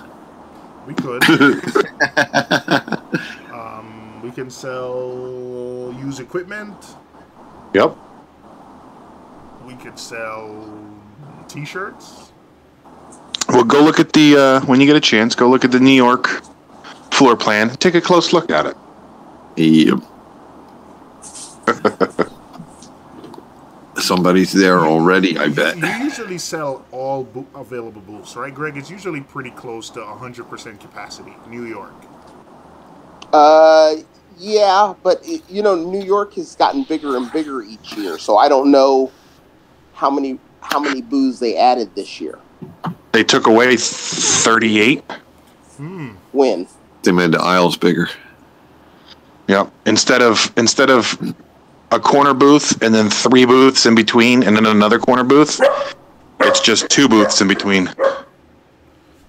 Interesting. Did they make it longer? It's shorter. Shorter? Yeah, because it's still a 10 by 10. Because the aquatic experience used the entire center, but I didn't find that it was so big that it was overwhelming. They had all those show tanks and the competition. I mean, the first year that we did Reefapalooza in New York, I think we only used about 30,000 square feet, just about half the building. Right. And then the next year, they moved back. They added however many aisles, they added 2 extra booths on the end. And then the next year it moved back again. I think last year we were at somewhere around 40,000 square feet. Uh-huh. Now they took off an extra booth. 2 booths per each cube. I wonder why. Huh. So there wouldn't be any... It's easy for them to add though once they fill up. So it's not a big deal. I was thinking that too, but where would they put them? It might tick a few people off. No, you just move the back booth and you add the booths in the middle so that you don't disrupt the end caps. Right. Well, if somebody takes the time to pick out the spot that they want because they had it last year, you don't want to then move them and the guy doesn't get the spot he wanted. Right. That's why I said you're not really you're not adding booths onto an end. You're adding them into a middle so you don't disrupt the end. They did that at Magna this year, but they actually moved people. Their entire booth, moved them far away. Right. Yeah. I will be honest. It is really, really tough to deal with that situation. The way I basically explain it to the exhibitors is, the bigger your booth, the less chance you have of being moved. If you want a single, be prepared that you may end up getting moved. Because if a company says, you know what, I want a bigger booth, you're not going to be there anymore. Well, unless the contract says so. Contracts don't say so. The new ones do. Oh, okay. Well, if they're guaranteeing it, that's great. I'll be there with the video camera for anybody who wants to tell Billy different. Because we don't. Here in California, we don't. Oh, really? You guys are ruthless out west, huh? Well, go. It's just a matter of sometimes. That's not nice. That's not. You have to be creative to fit to accommodate the larger exhibitors. So if I came in and slipped you a couple $100, you'd move somebody for me? No. A couple of $100. Come on. But if you had a single booth and you wanted a double, I'd probably move somebody for you. Yeah. But not for a couple $100. Oh, I got you. Yeah, we need a double booth, Billy. If you had him some cans, he might They're gone. About it. Yeah, we're creating one. Who's next to you that we can bump? So that's you just kind of have to do that. Like, for instance, Oh, at the California show had 16 booths. Oh, wow. Jeez. Yeah, they had a whole entire island of 16 booths. Wow, who was that? Coral View. Holy So they had Seymour, buddy. a biz. They had the owner of a biz there. The owner, or not owners, but one of the head guys from Mac Spec was there. The guys from Aqua Forest were there. Oh, gotcha. And the guys from ICP Testing were there. So they got to arrange their booth the way they wanted to because they had such a huge booth they could. Yeah. Yep. But it looked like separate companies. Where are we going to put the shark tank, Billy? That thing was sick. Shark tanks of saltwater or freshwater? That was dumb. Oh, freshwater sharks, yeah. Oh, no, I would never could be your secret. even consider doing it. I think it's a waste. But it was pretty crazy to see that. I thought the tank was going to be bigger, but... It was pretty big, wasn't it? Yeah, but, I mean, it was like... I don't know, like, if the tractor trailer's 80 feet long, the tank was like 20 feet. I was expecting, like, you know, a freaking... like a tractor trailer, but it's really just one huge, gigantic fish tank. But I forgot that they have to have the equipment room. And, yeah, it was literally like... maybe 20 feet long when the tractor trailer's like 50 or something like that. Oh, wait, the Shark Tank wasn't the tractor trailer back? Yeah, it was a trailer. Yeah. I never saw it. I didn't realize that. You have to pay to see it, right? That was it was the trailer. Oh. Yeah, I hope they don't try and drive it full of water, though. Poor guy trying to drive it. I don't know where they got sharks from. Where'd they get water? How do they get water to the show? What water do they use? I don't know. Swimming pool truck or something. I don't know where they got the 6-foot sharks from. You know, like, yeah. Usually they're donated locally, but how do you just jump into a tank with a donated shark for the day? Those are traveling sharks. Right. Because you think about tankers and stuff, they're sectioned off, they're compartmented off. You know, you can't have a 30-foot trailer of liquid sloshing because the guy would never be able to stop. I'd imagine. Especially when they're driving that thing down the ramp. Right. I know they gotta go slow, but you're gonna have like a 3-foot difference from one end of the tank to the next. Yeah. I'm sure it's not screen topped. They probably got like a seal that shuts her down and has air circulating through it somehow. I would assume that they drain some of the water. Yeah. I don't know. Transportation, if they're keeping the sharks in the tank. They put them in really big bags.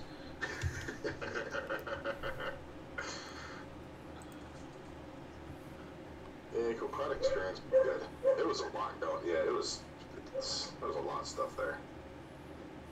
Yeah, me myself, I'm not into freshwater at all, so I don't know that I would have had as much fun. But yeah, it definitely wasn't as much fun. The fun part was just hanging out with everybody. That was the fun part. Yeah. The saltwater vendors were miserable. Everything with OG said the volume shut down real low. So I don't know if you just closed something. It looks different on yes. YouTube. It looks like Hangouts. There you go. Should be back. Yeah, Greg, in Jersey this year, the saltwater vendors were fuming. Wow. Fuming. There was nobody. I think I bought a frag from somebody On Saturday, and they said, "You, sir, are the first official sale."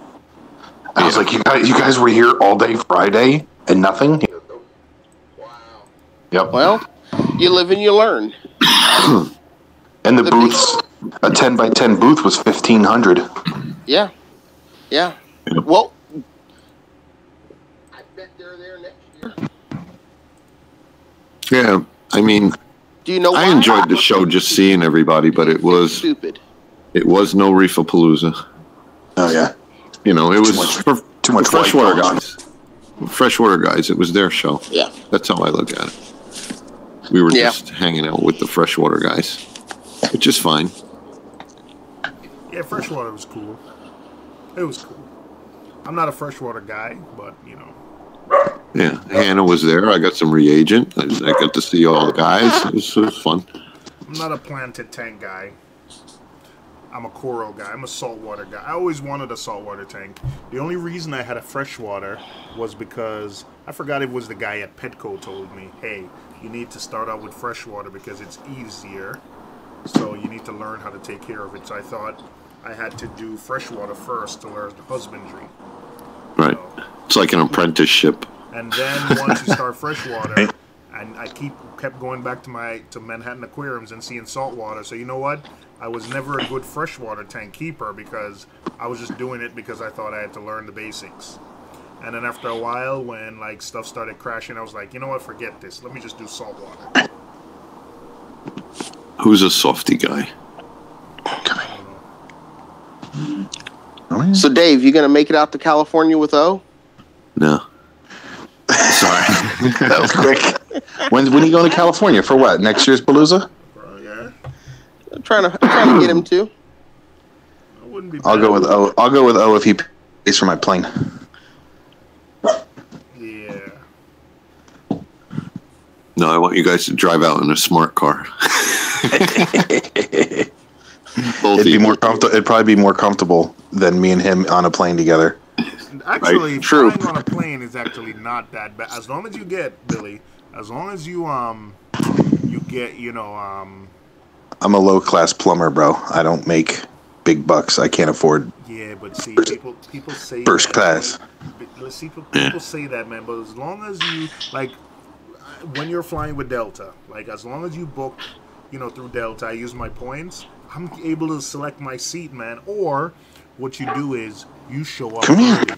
You show up first, like show up 2 hours before the flight, and as soon as the flight, the people get to the gate, you tell them like, hey, if there's any window seats, or exit aisle seats, I've been flying long enough now where I know I know where to go to. What would it cost to fly out there? It depends. From JFK? JFK, Newark, please. No, Newark. Yeah. Oh, from Newark? You can. There's a nonstop flight. What is it, Los Angeles? I think International American. Airport? Yeah, I think Hold on. American and United both fly nonstop from Newark. No, I'm sure we could find a nonstop, but So it's like a 4.5 hour flight. Those it's are like usually a $500 cheapest. ticket, ain't it? No, God no. I'm getting notifications on my because I have Google Flights so that know when to buy my ticket. Oh, I that's think cool. yesterday it was $122 for Yeah. one way. No way. Yeah, Yeah. it's gonna be like two. Oh, dude. Delta. I like flying Delta, right? So from what I'll I'm go out seeing there, have a here, cheeseburger, and come back if it's that cheap. Delta is $257 round trip. Yeah. What are the Yeah, it's hotels not out that there? bad. What do the hotels go for? Oh yeah, the hotel's $169. But it's a nice hotel. How much would your couch be for the night? Or I do you don't have know. Or do you have a yard that I could put a tent up and use your hose? I won't be at home. Use your I stay in the hose. hotel. I stay in the hotel. Well, get one with a big closet and just throw a pillow in there for me. That's a But, gigantic closet, Billy.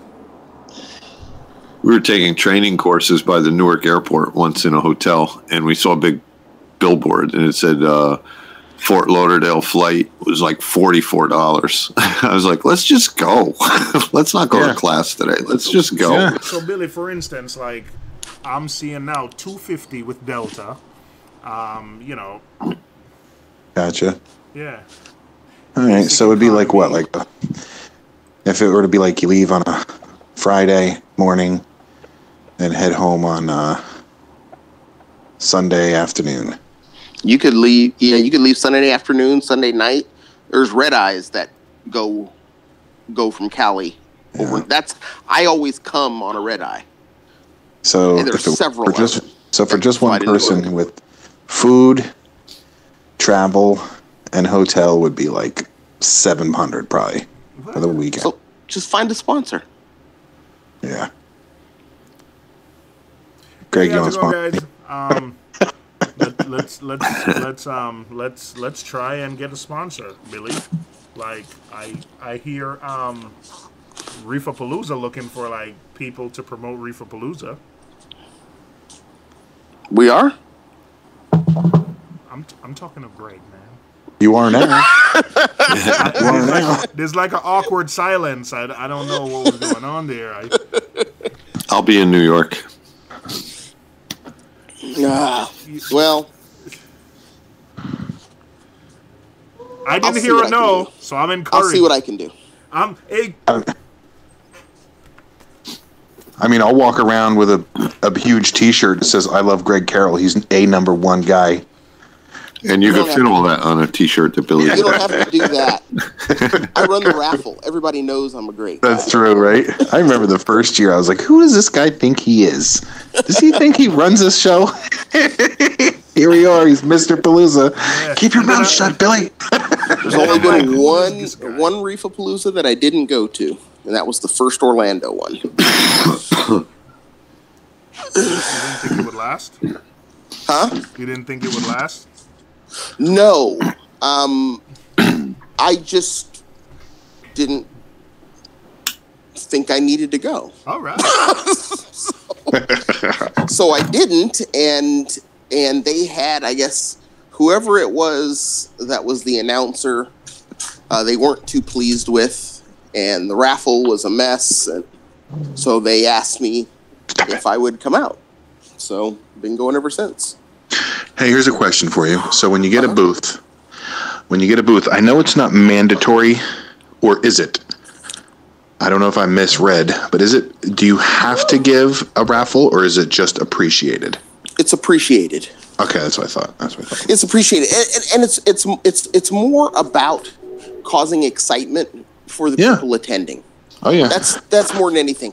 I mean, both Worldwide Corals and us, when we do the California show, we buy things to supplement the raffle.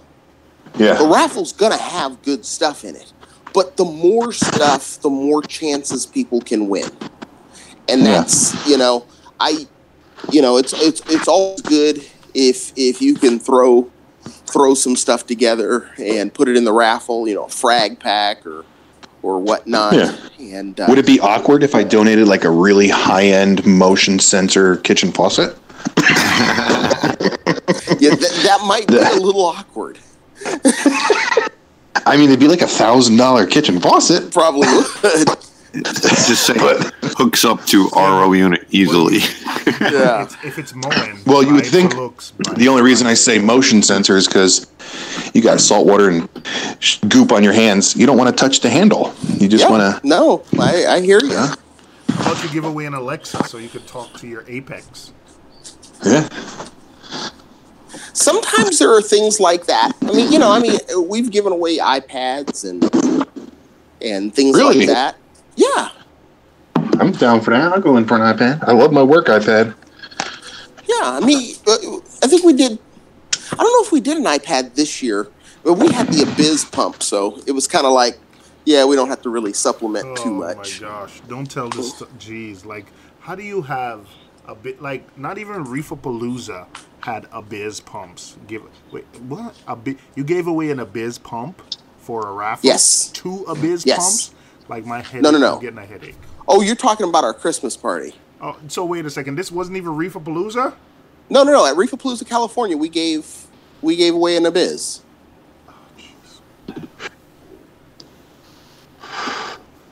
Big doggo, you got to go there. You got to go there just for raffles, though. Hey man, we did an A400. I'm putting everything.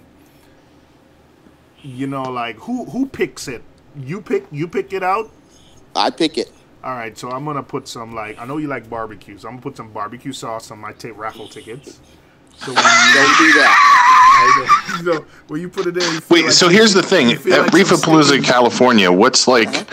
If I'm going to go to Cali for the first time, I don't know if I necessarily want to spend the entire time at the show. Like, what's close by? Like a beach? Is there like a significant destination around there or no? Downtown Disney. Right across the street.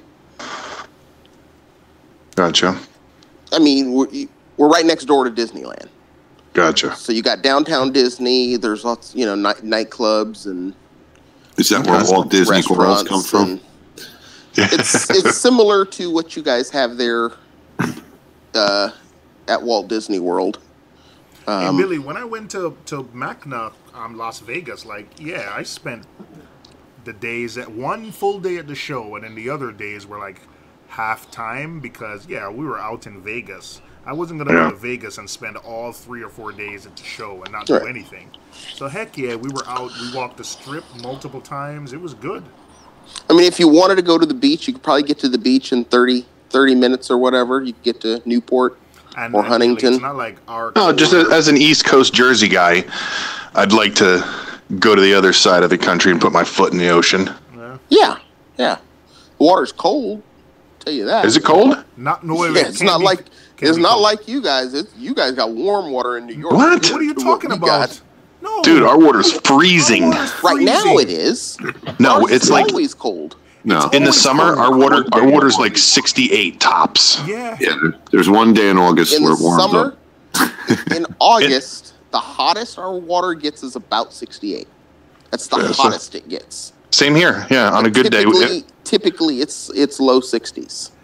Our water, Greg, I find it hard to believe that our water, your water and our water is the same temperature. Like, our water is, like, freezing. The only reason your water is where it's at is because the Gulf Stream does go up that far. Yeah. Oh, yeah. We sometimes we get like warm patches from Caribbean and stuff, yeah. Yeah. See, we don't have that. Like this year when I was there, I did a short video. I should have done a longer video, but I was at Seaside, and there was people that have lived there their whole life, and the week we went there is when we had that crazy heat wave, and it was just by chance, but the water, like, I was up to my neck in the water, and it was so crystal clear, I could see my toenails. It was ridiculous. I've never seen anything. Yeah, people were like, that have been living there for their whole life, they're like, I've never seen anything like it, and it's been like this all week, and I'm like, it was awesome. It was super clear. There was like stingrays, dolphins, whales, everything. You could see them all. I put my head down with a pair of goggles, and I must have seen 1,000 crabs just crawling in a long line, just going along, 30 feet off the shore. Well, freezing now. Awesome. Thinking about I'm from the Caribbean, man. I'm used to you don't need to acclimate. You just run straight into the water, and that's it. Like, I'm freezing now. Billy's talk. Anytime I go to Long Island or like to Jersey Shore, anywhere, like the water is freezing. Yeah. When we went to the Gulf for vacation, I went to put my toes in like it was going to be cold. It was like bath water. Yep. I was like, what? This isn't even enjoying this. I can't even cool down. Yeah. Greg, you don't get that Gulf Stream from like Mexico or that Pacific? No. The current goes south. Yeah, it comes. So it goes from up here and goes down. He's got it comes all the way back around to us. Yeah. Yeah, he's getting the mice caps. Oh, sorry. You're getting that weather from Oregon. So what we see in the movies with like people in bathing suits on like these Los Angeles beaches, and it looks nobody's in the water. Huh? Yeah, they're just that Muscle Beach, man, getting it in, laying out. How far is it from Venice? How far is it from Venice Beach? Oh, that's a long ways. That's in LA County. Yeah. I want to go see like the crazies and stuff. That's what I want to see. I want to see like the crazies, like start a fight with some random dude or something. Yeah. I mean, there's places I can take you where there's crazies, but that's my scene right there. The ones at the beach, no. But we have the city of Anaheim. I mean, not anywhere near Disney, but outside of that has a large homeless population. And we just had an issue. They were all living in the riverbeds, and they evacuated them out of the riverbeds. That's super crazy. That's the super crazy scene. Yeah. I mean, just like it was like a whole community. Yeah. Yep. When I go to St. Louis for training, they have that there, and like right by the arch. And it's like a camp. It's like 60, 70, 100 of them just chilling. Oh no, this was thousands. No, I know, but like, Yeah, this was they would, really crazy, and it got to the point. They probably had thousands at one point, but the Mississippi is like their backyard, so I'm sure a couple got pushed in. Yeah, we definitely that is one thing about when you have these. There's a lot of crime that happens, a lot of stabbings and things like that. That's their favorite thing out there to do is like machete attacks. Yep. It'll shank you real quick. You guys, wait a second. I'm looking. I don't know why I'm so harping on this, but the water temperature in like Coney Island, New York, gets to like 75 degrees in the summer. That's pretty. That's correct. Warm. You don't ever get 75 degrees here.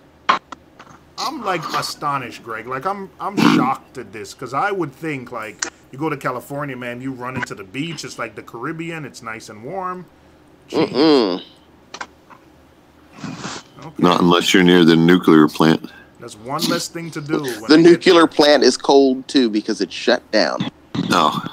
They shut it down. K-Town said, "Hey, how come your subs are down to 1,200? I guess I got caught in the web, bro." You paid for them. See, now you got to get your money back. Oh. Mine are going to go down to like 50. Let me go ask for a refund right now. Hang on a second.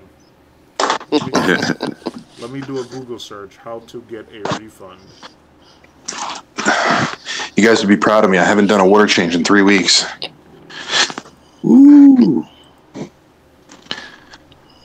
I don't even remember when I did my last water change. I added some water because I took some water and coral out of one of my tanks, so I had to make some water and add it. Thanks. But that's it. Thanks, K-Town.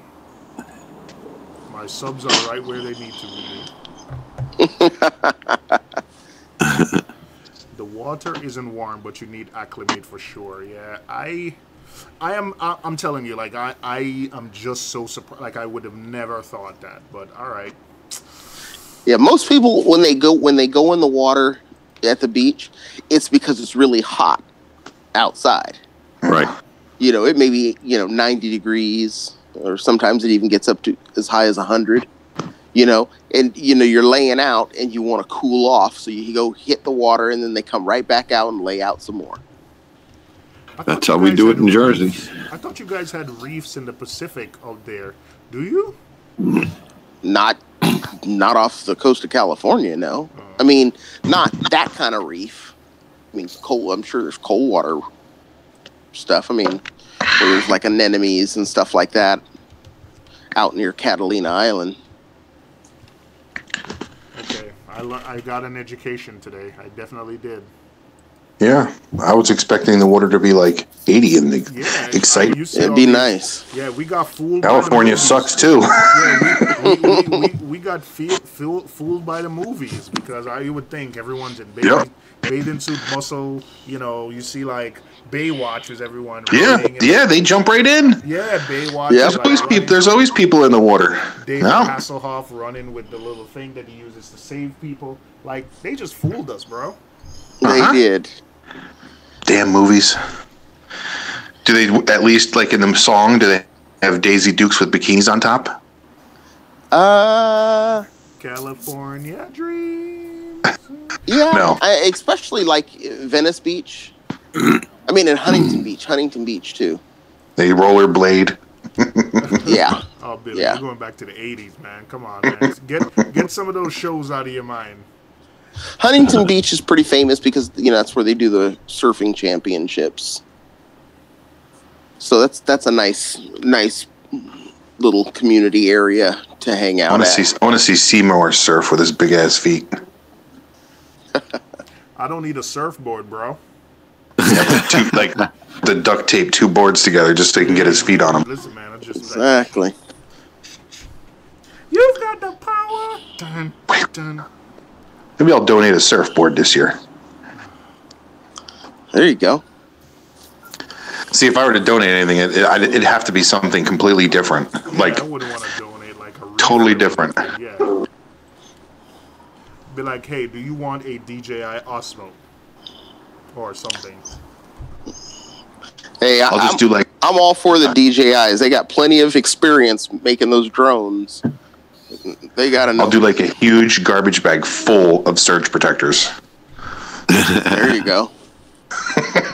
No, I want to do something different, like totally different, like Miss Reef. totally. Maybe the Aquarium Sump and auto top off reservoir, something like that.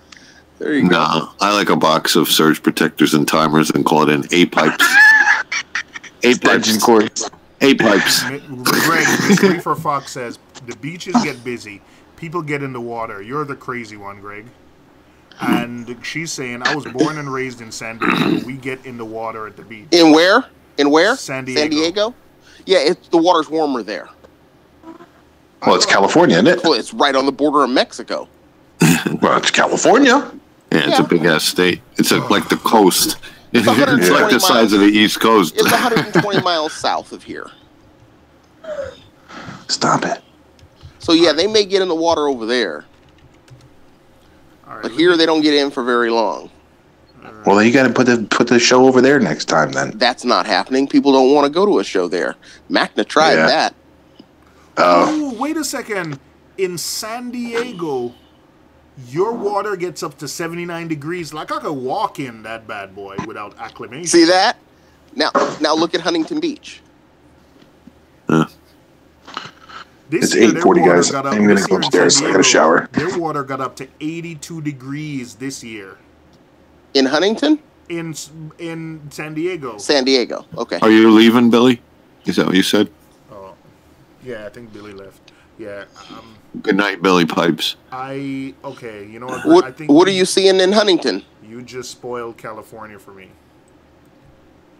Go to Florida.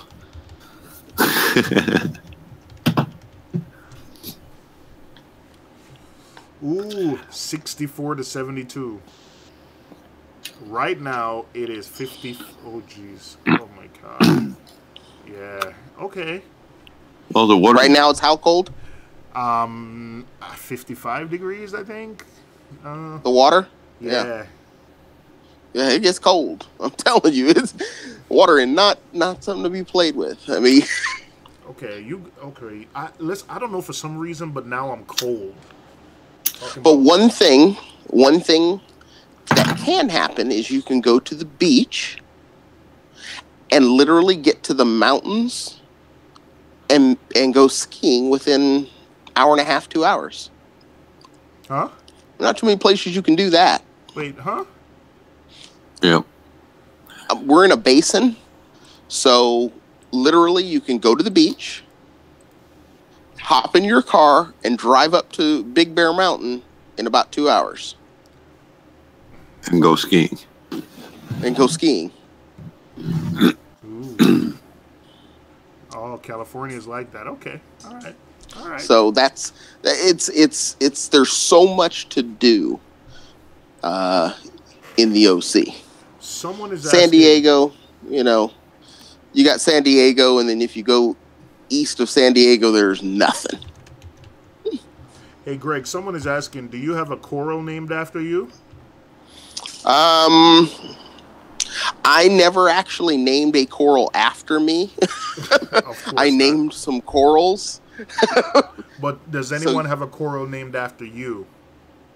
There's several corals that they'll say it's a GC this or that. Ooh, yeah, DM. So yeah, that's the GC beautiful tort or something like that, right? So there's the ultimate Efflo. A few of them are Tyree pieces because Tyree came to my house years ago and made a lot of my corals limited editions.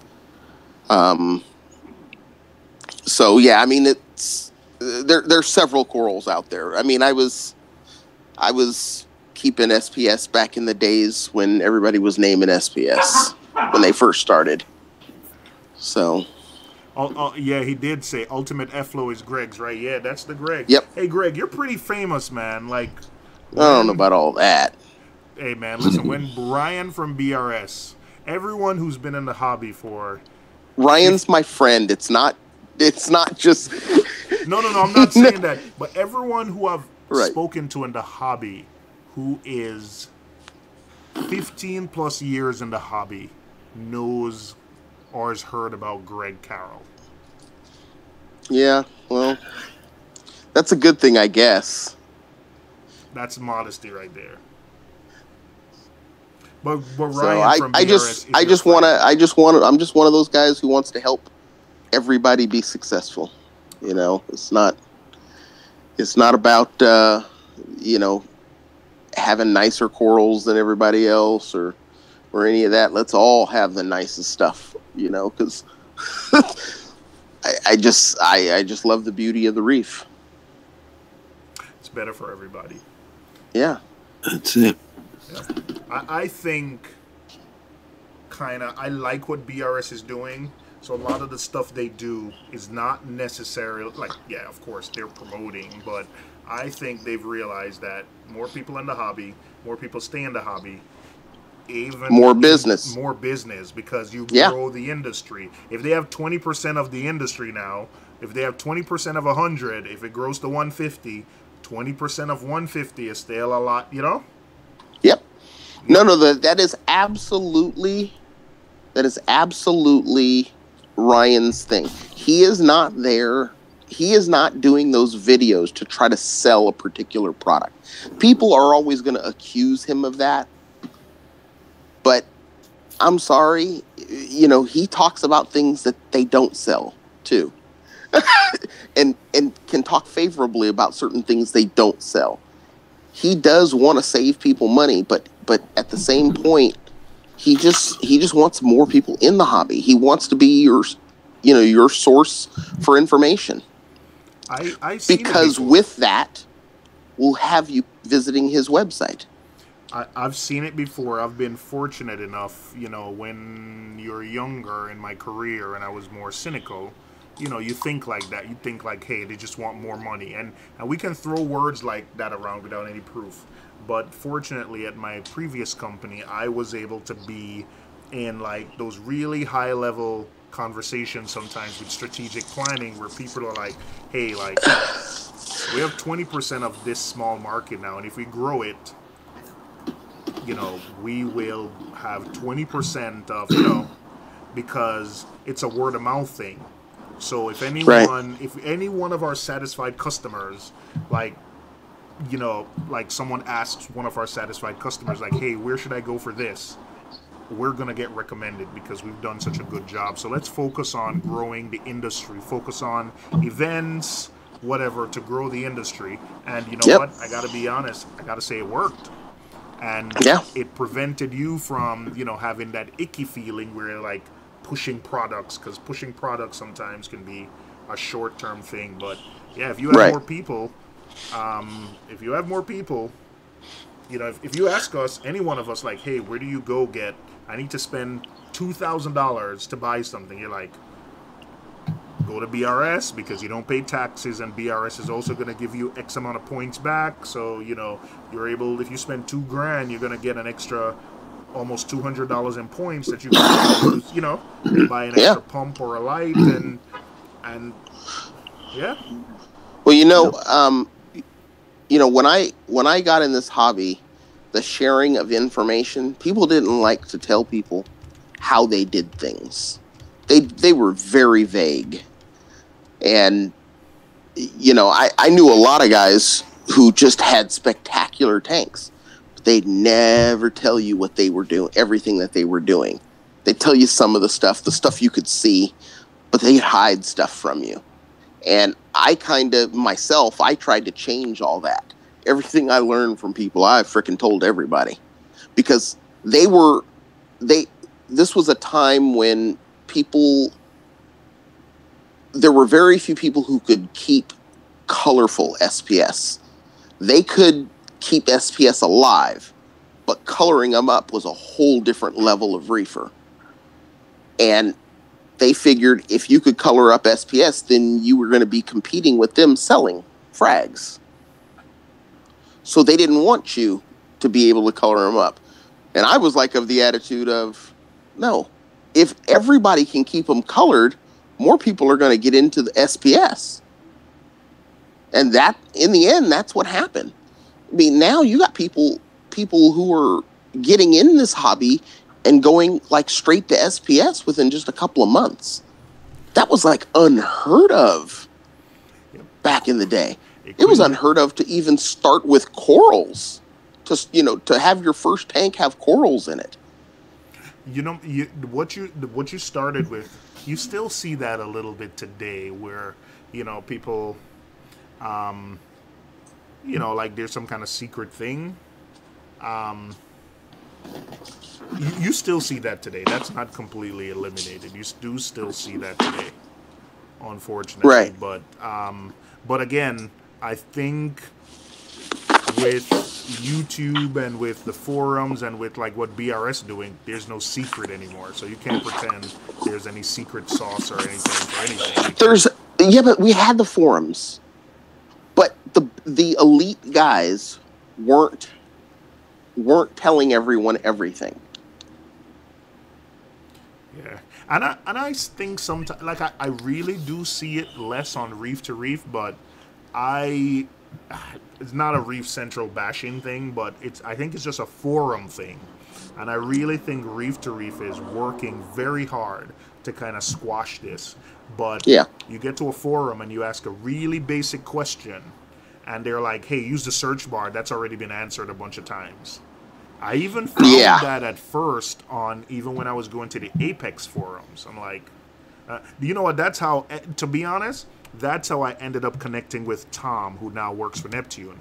Because I would go to Neptune Systems Forum or other places and be like, use the search bar. Like, we already answered that. Like, I'm not going to use the search bar because one thing, vBulletin search is horrible. Right. So,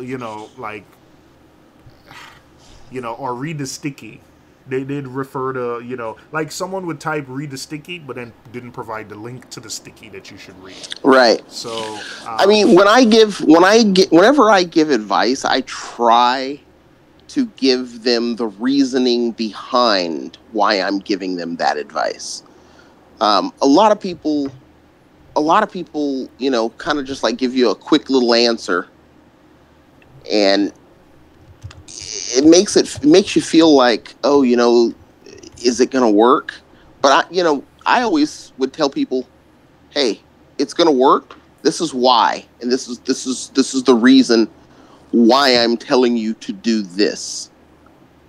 And I think more than anything, I think I may have gotten kind of famous for that I was very descriptive in my reasoning as to why I was telling you this was my recommendation or whatnot. So, like people would ask me, for instance, say someone asked me, what's the best LED? Well, we all know there's no real answer there.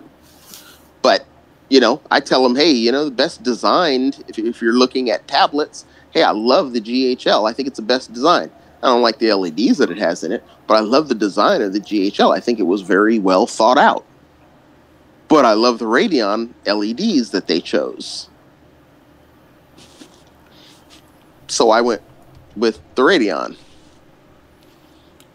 Understood. And that's there's no, is it, I would love to see a light that was a combination of the two, but it's not. So you don't think the Radeons are nicely designed? No. About what I do like about the GHL is the fact that they situated the pucks around the outside perimeter of the light, which means your footprint, the area where light is coming from, is wider. It's more like a metal halide. Gotcha. Okay, yeah. I think you've explained this to me a couple of times. Ecotech chose to stay with a cluster. Now, they still get a similar spread, but you can have more effects of shadowing because it's still a smaller area where the light is coming from. But no one's got a better optic than the Radeon. I mean, that HEI optic is incredibly even at the way it puts the light out. I mean, it's awesome, and it's user friendly. The whole EcoSmart Live is super user friendly. So I prefer Radions, but there's a lot of other lights out there that other people like. But for me, color matters more than anything when it comes to coral. Okay. So since that was the most important thing to me, and the most colorful tanks I have ever seen have all been running Radions. There's no competition for them. There are some nice T5 lit tanks out there. I will not lie to you, but in person, they don't look as good as a LED lit, a Radion LED lit tank. Okay. And I don't know if you guys, if you've been on the forums, and there's that guy, Nick Frick, or he goes by Schnitzel Reef on the forums. He's a good friend of mine. Beautiful, beautiful tank. Radions only? No, all T5. But it don't look like Worldwide Coral's tank in person. What's the name is so flat. I really don't like as someone who's been in the Caribbean and seeing, I honestly think the Kessel in terms of the shimmer, and I think it's the best representation of. Yes, agreed with you. Agreed with you. But I'm not looking for representation. Right, he wants I'm the looking actual for color, crazy color popping from those corals, which you don't see naturally. You don't see naturally, correct? I don't want nature. Radions bring out colors that other light sources don't produce. I get these ACANs, and they change all kinds of colors. I mean, colors just come out of them that weren't there when I got them. And mind you, I got them when they first got out of the ocean. So, I mean, it's pretty crazy. It's pretty incredible what they are capable of doing. You're going to sacrifice a little bit of growth. Yeah, you can get more growth out of a T5 because you have light coming from all angles. But color-wise, no, it's how no about the best competition. of both worlds with the hybrids? I don't think it's the best of both worlds to the naked eye. Okay.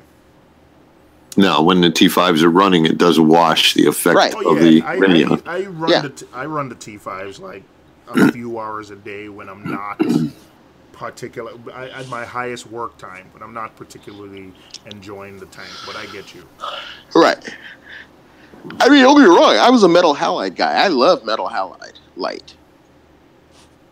And I had a Geisman Spectra, which was a hybrid of T5 and metal halide, and I loved it. But it's a Radion. I don't know what it is. Well, no, I know what it is, but it's just different. Right. It's just a whole different. It's different than the Kessel. It's different than the AI. It's different than the GHL. It's different than all of them. Because at Absolute's aquaculture facility, they say they put them under the halides to grow them, and then they put them under Radions to color them up. Now let me ask you. But the corals will adapt. Right. I mean, Worldwide Corals has shown you can grow coral at high enough rate to farm them, because that's what they're doing. Worldwide Coral is definitely not a chop shop. I mean, they're literally growing coral, and a lot of it. And they're running it. Their coral farm is 100% Radion. And they're real high, you guys said, too, right? They keep them real high off the water. Easy to work under. Right. Easier to work under. Because you really don't lose a lot of power in the airspace. You really don't. You don't with an LED because it's because of the lens, the optic. So, the penetration it ends up being better. Right, because it's spread better. It's blended better by the time it hits. Kind of what people are trying to do with diffusers, in my opinion. Well, right. I run a diffuser on my 25-gallon. Because the lights are lower, or closer to the water. Well, the lights are lower, and there's only one. Right. With multiples, if you got them close enough, you don't need diffusers. Right. Because they all overlap each other and they blend in together. Exactly. So you don't get that disco effect. Mm-hmm. But multiples are expensive with radions. They are. You know, I ain't going to lie about that. They are. You get what you pay for. That's the way I look at it. I mean, I had a friend who, I mean, he took down the tank when he moved, but, you know, he had a 50-gallon SPS tank, and he had a Gen 1 Radion that he bought brand new. You know, he bought that Gen 1 Radion and was growing SPS for years in this 50-gallon tank with that Gen 1 Radion. You know, beautiful, beautiful corals. It's that way in any hobby. I mean, if you're into RC cars, you can go buy an RC car, take it out of the box, and play with it, and you're a hobbyist. Or you can build an RC car and buy special rims and carbon fiber bodies and all of that, and you're a hobbyist. So it depends what you want to do with your hobby. Exactly.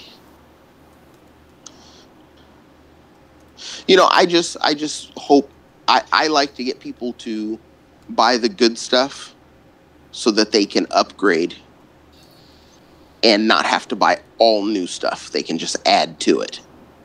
Right. So, you know, I'm that one that will not tell you to get a black box as a first light. I'll say, you know, maybe get a Hydra 26 or a XR15. Yeah, it's going to cost you more, but later on, when it comes time to get that next tank, you just buy another one. You know, and you just keep adding to it. Huh. That would have to be followed by your opinion. Well, no. Absolutely. Absolutely. But see, I would also tell them, don't go get a 60-gallon long, you know, a 60-gallon long tank. Get a cube if you want a 60-gallon tank so that you can light it with one light. That's what I would recommend. And because my whole goal is to keep that person in this hobby long term. Gotcha. I want them to make that investment so that they feel it's worth it to stick in it. Right. I've got 2 black boxes and I love my tank, so saying that's... No, they work. They work.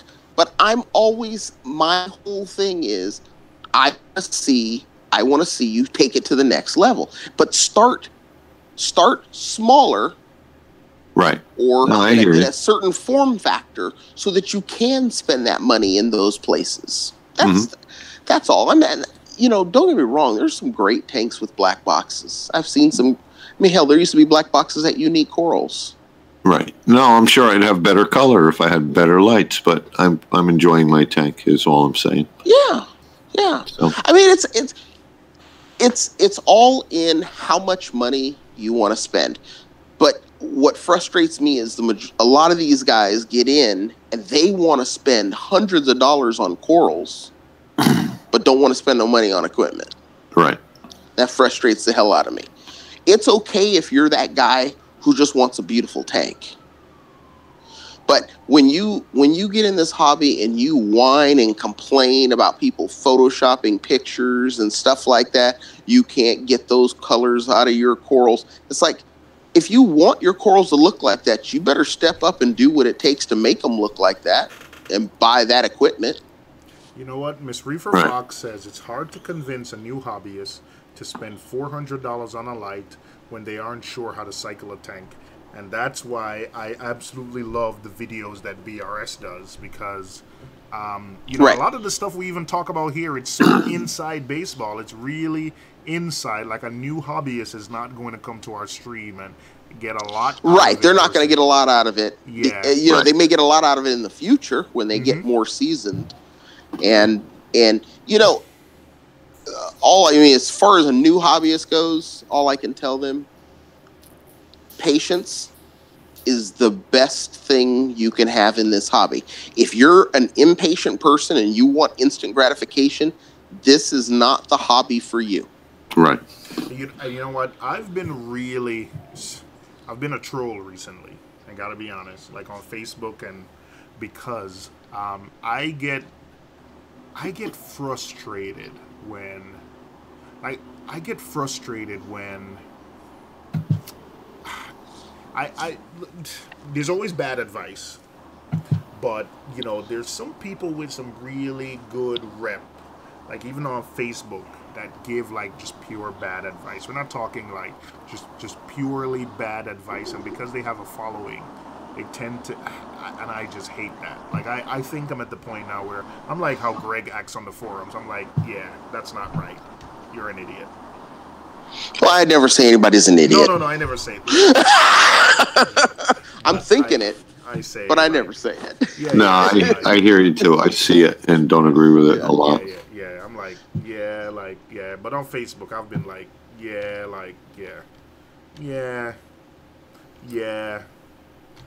That's not true. That's not true. Like, yeah, you're an. I think I actually said one guy today, like, you're an idiot. But then I deleted it after. So.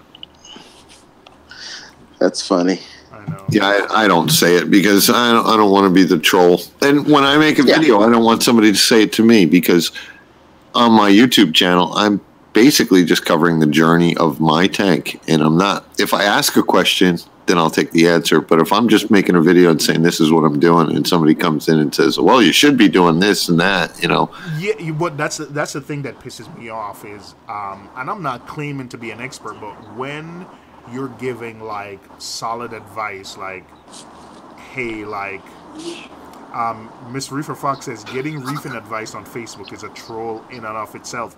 And you know what? Yes, it is. But when you're giving someone like advice, like, hey, do this, and it's blatantly wrong, that's when I'm like, come on. And you know what? To be honest, that is why do you think Ryan has stopped? They need to approve posts on their Ask BRS group, because he immediately realized, and that's something I realized immediately, that the advice, and I saw Phil, and I see a bunch of people who I know from the streams in there answering questions, but you can see that some of the advice that people got was just, listen, if you, just like when you, some questions are ambiguous, what's the best light? There's no right answer. But there's some things like, it's what's best for you. Yeah, but there's some questions where you're like, hey, like, my fish are dying, like, what do I do? You know, and some of the advice is just downright bad, where you're like, come on, man, the guy says his fish are dying, like, why are you telling him about this? You know, like, he said his fish are dying, so people need, there's a certain help that people need when they say my fish are dying or my coral, you know? Mm-hmm. And, you know, they're like, hey, you need a better test kit. Well, the guy has API test kit. So let it, while he has to wait tomorrow to go to the store, tell him to test with what he has.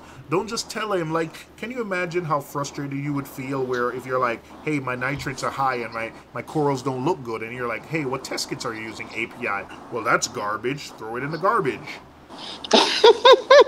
You see that a lot. Yeah. Yeah. You know, like, hey, like, it's better. Like, I don't like API test kits, but I'm not, listen, it's the best source of information they have. And then I learned, you know, like, there's people who use API test kits. It might not be as accurate or as detailed as we need, but it'll give you a good enough range. Like, if your nitrates are crazy high, it'll tell you. Right. Yeah. I think one of the things that hurt a lot of hobbyists getting into this hobby is when they start looking at things, for instance, like Triton. They need to learn how to do the hobby before they start using advanced, but see, you know, methods like Triton. You know, a lot of them want the easy way, or think it's the easy way, or it's the magic way to keep a reef tank. And I'm just like, it's just some water changes, some carbon. It's not, the hobby is as hard as you want to make it. And you can have a beautiful tank without all of the gizmos and extra stuff. I mean, you know, my 25-gallon, there's a skimmer. There's no carbon, no sock, no other mechanical filtration other than that protein skimmer. The tank does fine. I have to say, like, I think even I was one of the ones that when Triton came out, like, hey, no water changes, and it's awesome for that, and it didn't quite work out. Where I like Triton, but I still have to do periodic water changes because just the way my tank is set up. Another thing that I think we're starting to realize is when you ask questions now, you see someone's using a method. I've learned to ask a bunch of questions because you used to see things and you're like, hey Dave, like Dave's tank look awesome, and Dave is like, hey man, I use this salt and I do this, but then not realizing that, hey, Dave's tank has been mature for like a year, and he's bring rock, and he also has a nice refugium light, he has a lot of macroalgae. So we'll see things and be like, hey man, I don't do water changes, and we just take that one thing and that like, one hey, this guy, element. Yeah, this guy doesn't do water changes. Now falling into that trap too. This guy doesn't do water changes, and then I'm like, I don't have to do water changes, and this guy has a beautiful tank, and not realizing that, hey, that guy has a mature tank that's full of corals. You know, it's a lot different than you and I setting up a new tank, like, you know. And I've got a refugium that has sponges in it, and there's miracle mud down there that may be buffering trace elements, and you know, these are things that may or may not be happening. And you've brought that rock from previous tanks. You've had that rock for a while. Like someone like me who's like, you know, setting up a new tank and, you know, can't do no water changes because that's not going to agree. One of the guys, I'm not going to name names, but one of the guys I was making fun of is basically someone on YouTube and in the UK, and he set up a new tank. Boy, you really narrowed that down. Hey, it's a big country. Set up a new tank and added a bunch of fish, and people were like, hey man, like that's a lot of fish. He's like, I use the bacteria, I know what I'm doing.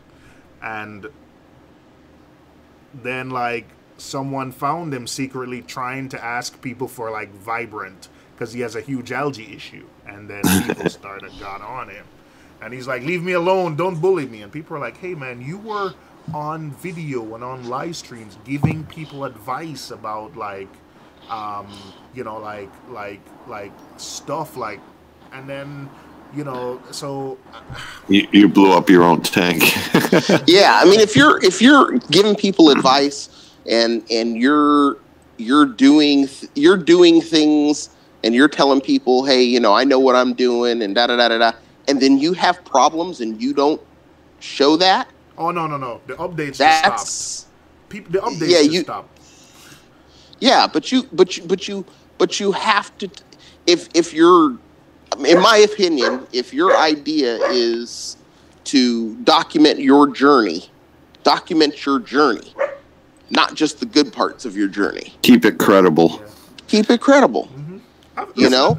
Everything I've said, I've made those mistakes too, where I'm like, hey, that guy doesn't do water changing. He has an awesome tank. Let me do that. And Triton, like, the best thing about Triton is no water changes. And guess what? I'm doing Triton, but I've just learned that maybe it's just because I don't run, maybe it's what it is. I just like a ton of fish. But there's something that happens where every 6 or so weeks, I need to do a water change. And I find that it works best for my tank. So yes, while Triton recommends you don't do water changes, it's just, it makes me feel better. I don't know, but there's something when I'd rather do small ones periodically, you know, than wait for that big build up and then having to do a big one. So that works for me. One 30%, whatever water change, you know, about every 6 months, or, you know, not 6 months, every 2 months works for me. Also, you know, when I do those water changes and they're in the 20 to 30% range, that's when I have to kind of be more careful with the salt. And, you know, we all say, yeah, Instant Ocean is fine if you're doing smaller water changes, but when you're doing like a 20, 30% like I am, I need a salt that matches my parameter. So, you know, it's just, this is just, I'm not a master reefer by any stretch of the words. I mess with my tank. There's no such thing. So, you know, hey, I have dinos in my nano tank now. When I had dinos in my big tank, a UV sterilizer took care of it within days. I bought UV sterilizer for dinos in my nano tank. Not working at all. Not working. In fact, I think the dinos changed color. I don't know if it's the UV. I don't know. I'm still Miss Fox, who you see in, she's my resident like dino and algae expert. So I keep periodically. Hey, Miss Fox, the reason why I haven't like messaged you is because I'm embarrassed and nothing is working. So I'm seriously at the point where I'm thinking about shutting down that tank and restarting it. So I might hit you up after this live stream ends. But you know, like what worked for one tank didn't work for the other. Yeah, no, I mean that happens with everybody though. You know, I had, you know, when they did that thread about, or I did the thread about my rockscape.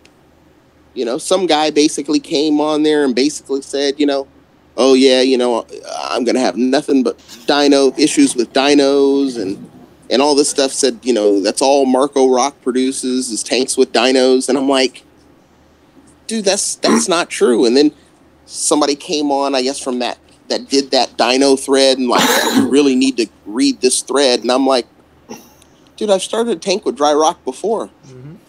So why would I not think I can do it again? Right. Yep. Without having the dino issues. So I said, what you need to do is start seeking out people who haven't had any problems using dry rock. And maybe get advice from them instead of you guys all sharing your advice from all of you guys who have dinos. He got mad. Never talked to me again. Yeah, I've seen it. You know, one of the things that took me like years to get out of my head is this whole thing. Like, I think the entire reason I like almost flooded my apartment and got a sump was someone said like, hey man, you're using a canister filter, you're using this, and those are nitrate factories. And I'm like, and I forgot who it was, but someone sat me down and said, what does a nitrate factory even mean? And I think I went back to one of the original people and asked them, what does a nitrate factory mean? They said, because it produces nitrate. And I'm like, yeah, but that's not an explanation just to say it's a nitrate factory. Like, you know, like that, like, and then I realized, I started like thinking like, that's just total BS.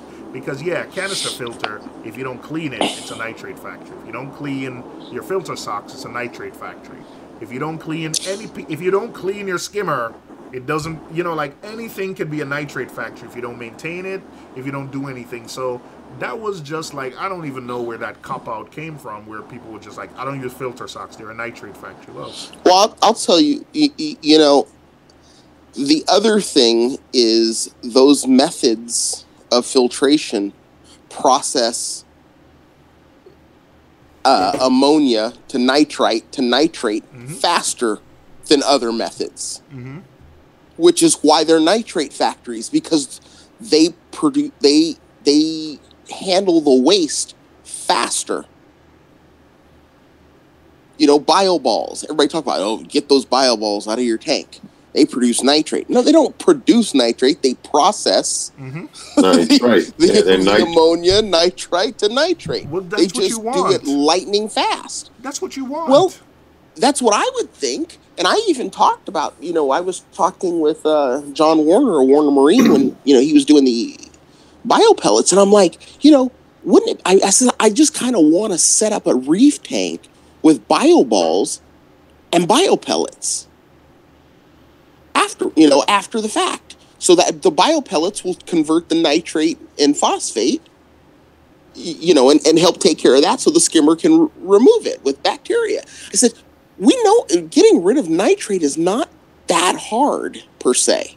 There are ways of doing it, but the last thing you want is a buildup of ammonia or nitrite in your tank. Mm-hmm. So you should welcome those forms of things that can produce nitrates fast, because it's doing it via that whole process. We've all heard them. We've all heard them. I know. We have. We've all heard them, and, you know, like, yeah, we've all heard them, that advice, and as much as I feed, my nitrates are only 2 in my 25-gallon with the A cans. And I feed a lot, considering I don't have much for fish. There's a lot of parrots too. Yeah. There's a lot of people who heard something, but they heard it from somebody who heard it from somebody who heard it from somebody, so it's not even accurate by the time it's coming out of their mouth. And to be honest, like, some of these things can also work for someone, and then it not work for you. But I think context is, because listen, one of the people, Richard Ross, like, I forgot if it was at Macna when I watched his talk, he was like, oh, I think I watched something somewhere. He was like, some of the stuff, like, he said, I had this issue. And he said, you know, I threw some stuff at it. I think his talk was about, like, manufacturers and people, like, saying, like, making unsubstantiated claims. And yes, he was saying, like, he said, was like, look at me. Like, I had an issue the other day, and I threw 3 things at it. And it took care of it. He said, I'm not sure which one helped. But he said, if someone would ask me, like, hey, you had high phosphates, what did you use to take care of it? He was like, I used ChemiPure, I threw GFO at it.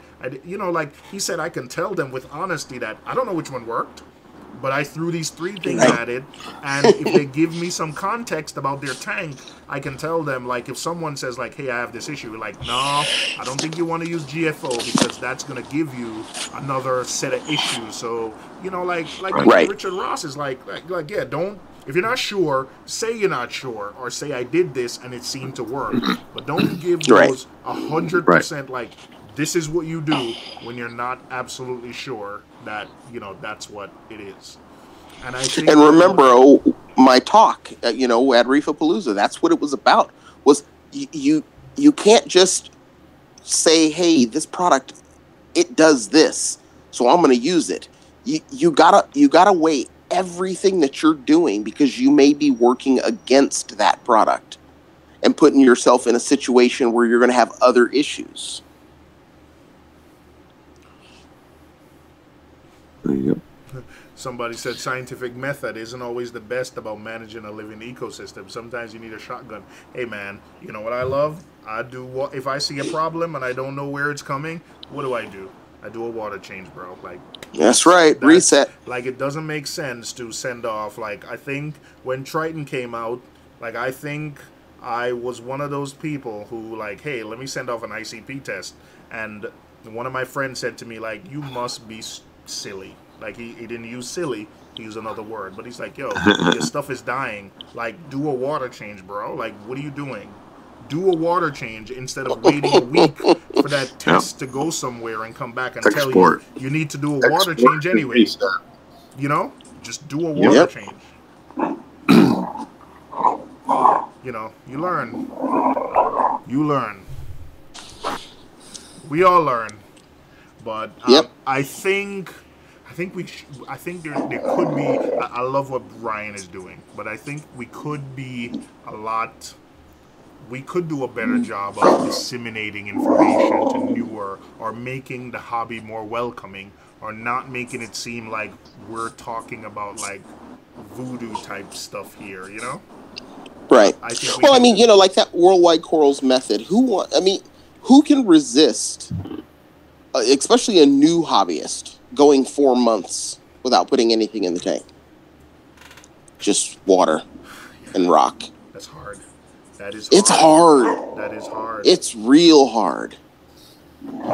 You know, so that's not something I would tell a new reefer to do. I tell them, you know, hey, you're gonna be real successful if you do it, but hey, quiet. But yeah, I mean, you know, it's just one of those things. You just, nobody wants to wait on that. Yeah, as a new, like, now after all this time and dealing with all these issues, through dealing with having 4 tanks before, I totally see the WWC method, because, like, listen, you have the equipment in your house and it's been sitting there, you're taking your time. When you set up your first tank, Greg, there's no way you'd have all that equipment sitting in your house and not being able to set up the tank and want to throw stuff in it. Like, but now you're more patient. You're like, I'm gonna do it right, because I've been through this before. So exactly. Yeah, I agree. I totally agree. Yep. 100%. Well, hey guys, I'm gonna check out Yeah, I'm shutting it down too. It's been 2 hours and... Yeah. Jeez, I was only planning on streaming for an hour. It's been 2 hours and 45 minutes. I want to thank you to Greg Carroll, who's about to leave, for joining. Dave's Nano Tanks. No problem. Thank you for joining. Thank you, Dave. You're welcome. I know I'll definitely see you Saturday. Okay. I know the Seahorse Whisperer didn't join, but hopefully she joins your stream Saturday. We'll get to talk then. Billy, who was here earlier. Dicanthus Reef. Greg, you could jump out. I'm just going to do a quick roll call. Okay. Take care. All right. Rip Van Winkle, Diacanthus, AL, Miss Reefer Fox. Miss Reefer Fox, I'm going to message you on Discord. So, Call Me Nemo, West Coast Reefer, AL. I know, like, TMG was in earlier. OG's Fish Room was in earlier. American Reefing, John Gales, DM Reef, K-Town Reefer, Death Mage, Davitsu, Nick, the guy who got banned like 10 times. All those people. Thank you for watching. And Exclusive. have a good night. Thank you for the super... Oh, Exclusive Reef. Did I miss anybody, Dave? Oh, I don't know, but I just knew you missed him. Okay. Bubba Shinobi. Bubba Shinobi. Did not miss Bubba. All right. Thank you, everyone. And have a good night. Night, Dave. Good night, guys. All right.